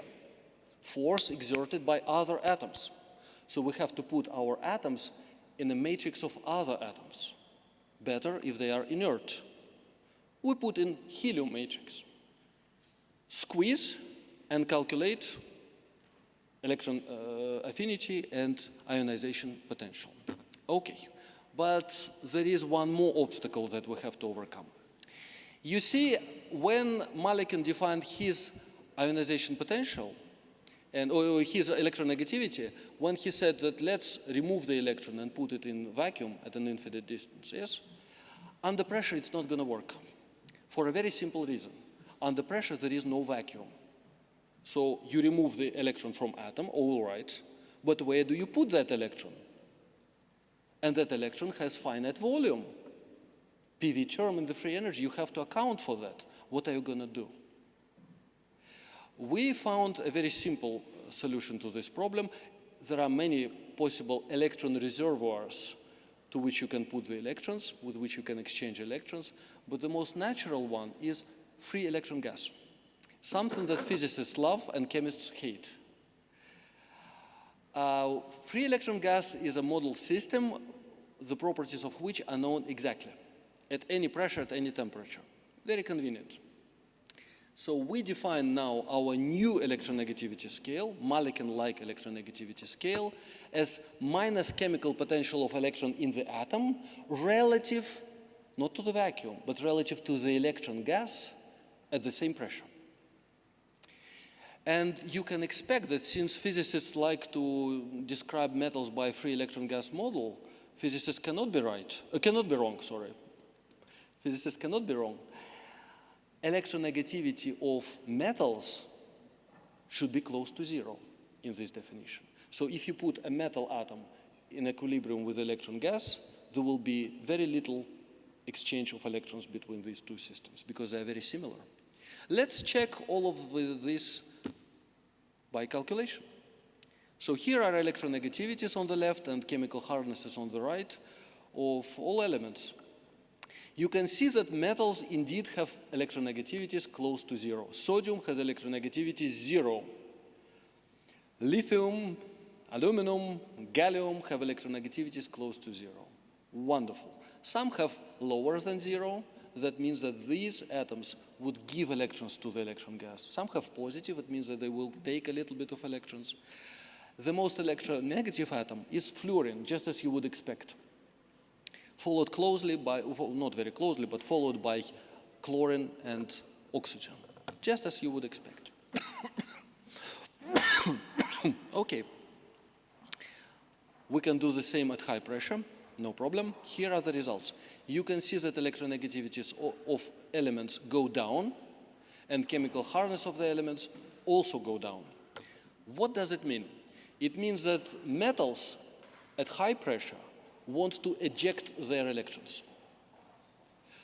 For example, sodium, if you put it at very high pressure, it doesn't want to keep its valence electron. It wants to give it out. And this is why in our transparent sodium, we have electron localization in the cavities of the structure. Sodium atom ejected its electrons. It gave it up. And notice also that at high pressure, sodium is now the most electropositive element. Its electronegativity is the lowest. At normal conditions, cesium correctly is calculated to have the lowest electronegativity, but at high pressure, it's sodium.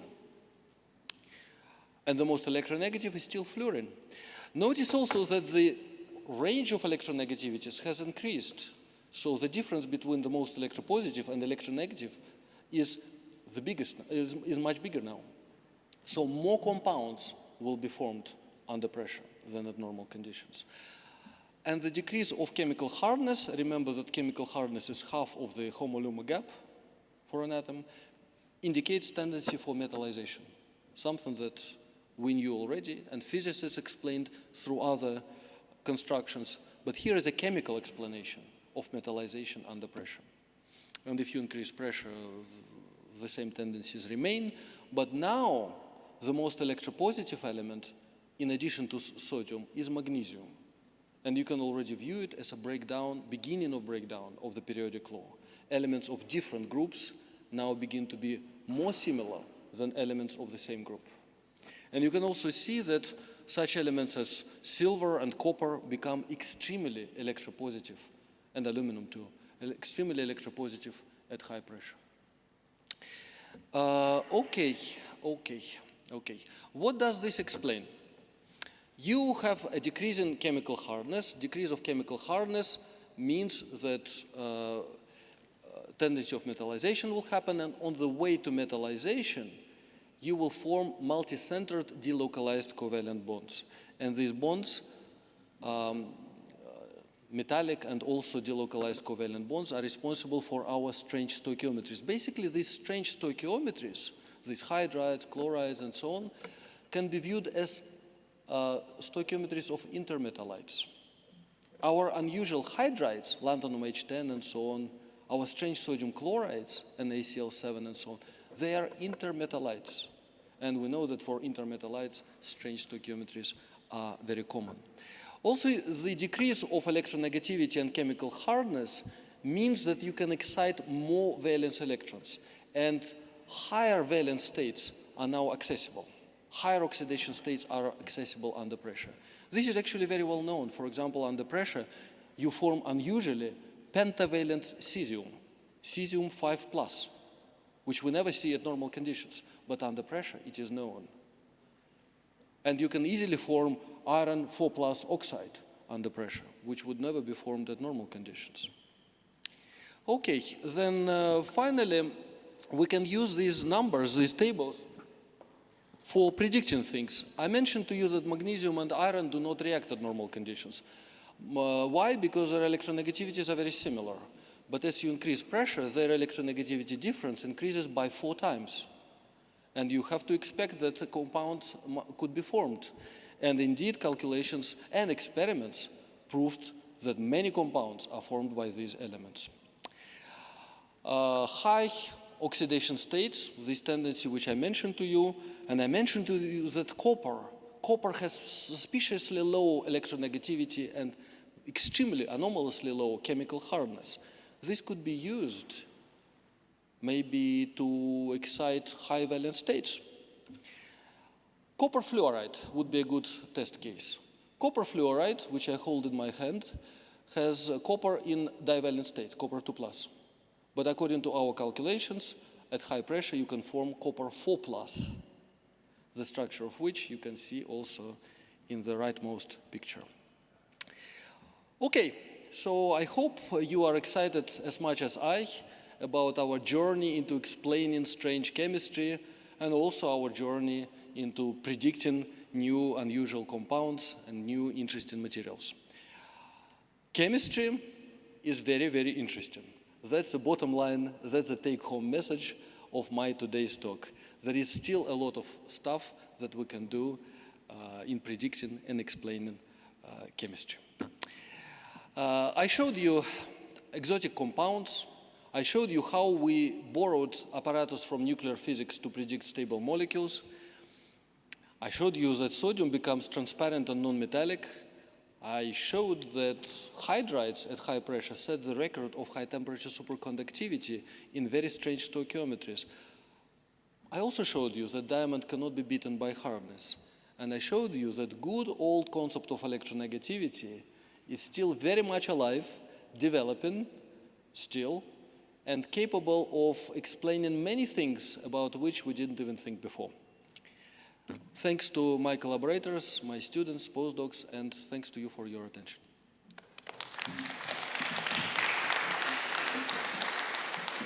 So thank you very much for your interesting talk, and also as you discussed, the chemistry is very interesting. So now it's open for questions. Okay. Victor Abrukov, State. Firstly in English, then in Russian. What we could or should or have to consider as a genus or metadata which determine properties and characteristics of materials. First, how much is quantity? Could we create the list of genus? По-русски, пожалуйста. Значит, что мы должны рассматривать как гены, которые определяют характеристики и свойства материалов? А как много их, этих генов? Можем ли мы создать список? Спасибо. Это важный вопрос. Sorry, I started answering in Russian. This is a central question for many studies for the whole field of big data analysis, of big data materials informatics. Let me start giving you a simplified answer and then give you a more complicated one. Everything is determined in a simplified picture by crystal structure and chemical composition. This is a simplified picture because real materials, their properties depend also on defects, on microstructure, on preparation method. So we have to keep that in mind. But we as theorists abstract these things and we say structure and composition. Okay.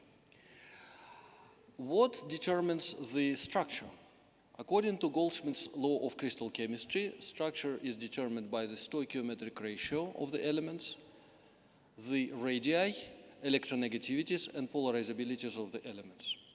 So these properties form, if you wish, a minimum set of characteristics that you have to include if you want to decipher the genome of materials. Now, how can we encode the structure? That problem turned out to be surprisingly complex. You need to find a representation of the crystal structure which is unique. And this is very difficult. People have spent years and years of research trying to create such a representation. An interesting representation was made at Skoltech by Professor Shapeev, by my colleague. There are interesting ways of solving this problem using graph convolutional neural networks, where we represent the structure as a graph. And this allows you to more or less solve this problem. Let me illustrate to you why this problem is so complicated. Naively, as I told you, I'm a naive and simple person. And this is the approach that I took many years ago when this whole thing just began. Naively, I would say that you need to measure all interatomic distances and make statistics over these interatomic distances. And this determines your structure. Okay, good. Because distances also tell you something about the angles in principle.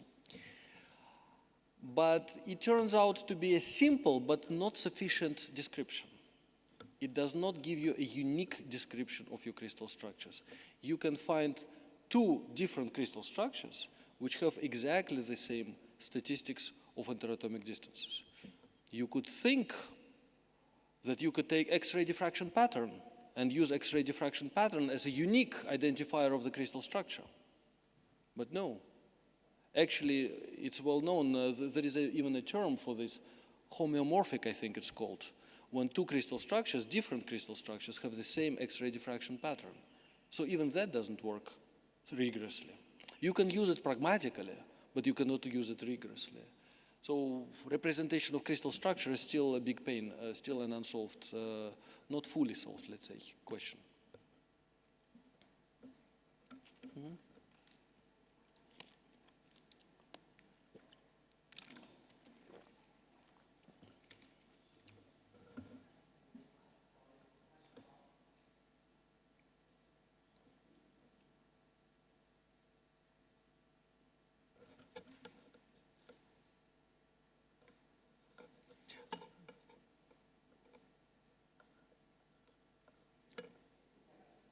You can come here. Okay.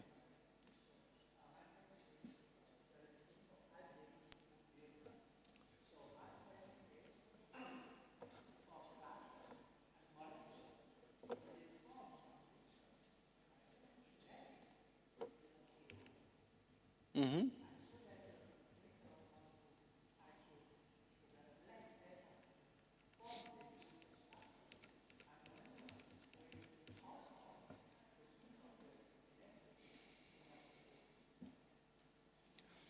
It's possible, but it's difficult. And as a first approximation, energetics can be used to give access to kinetics. For example, if you have a deep energy basin, this deep energy basin is probably more likely to be encountered if your atoms somehow randomly combine. For example, it's easier to form this structure corresponding to deep energy basin, but it's difficult to escape from it. Things like that. Yes, you have pointed to a very subtle thing, that when we determine the structures of molecules, we deal with a non-equilibrium system. Because equilibrium system, for example, if we had our universe in equilibrium, it would consist only of iron-56. Clearly, with respect to atomic nuclei, our universe is not in equilibrium. And the same way, chemical systems, which contain cocktail of molecules, clearly are non-equilibrium. But energetics tell you in some information, qualitative, not quantitative, but qualitative information about which of these molecules are more likely to be encountered. But studying it all with all the subtle kinetics, with all these complex things, some people do it. But it takes years and years of research for each possible molecule to figure out how it could be formed. Here we want to give a broad brush picture which gives you understanding of the whole system. I think it's also valuable.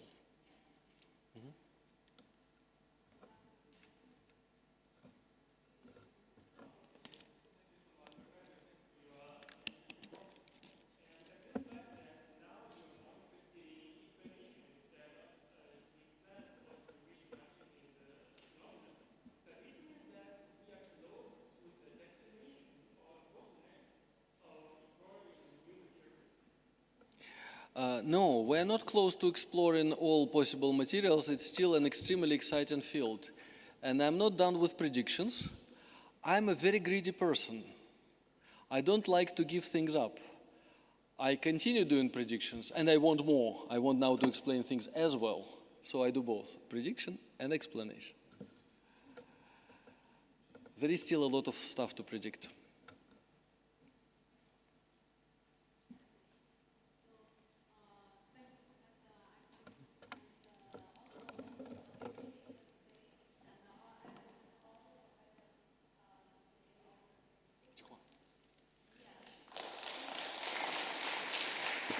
So thank you so much. I will thank all the speakers today, and we finished today. Okay? Thank you so much.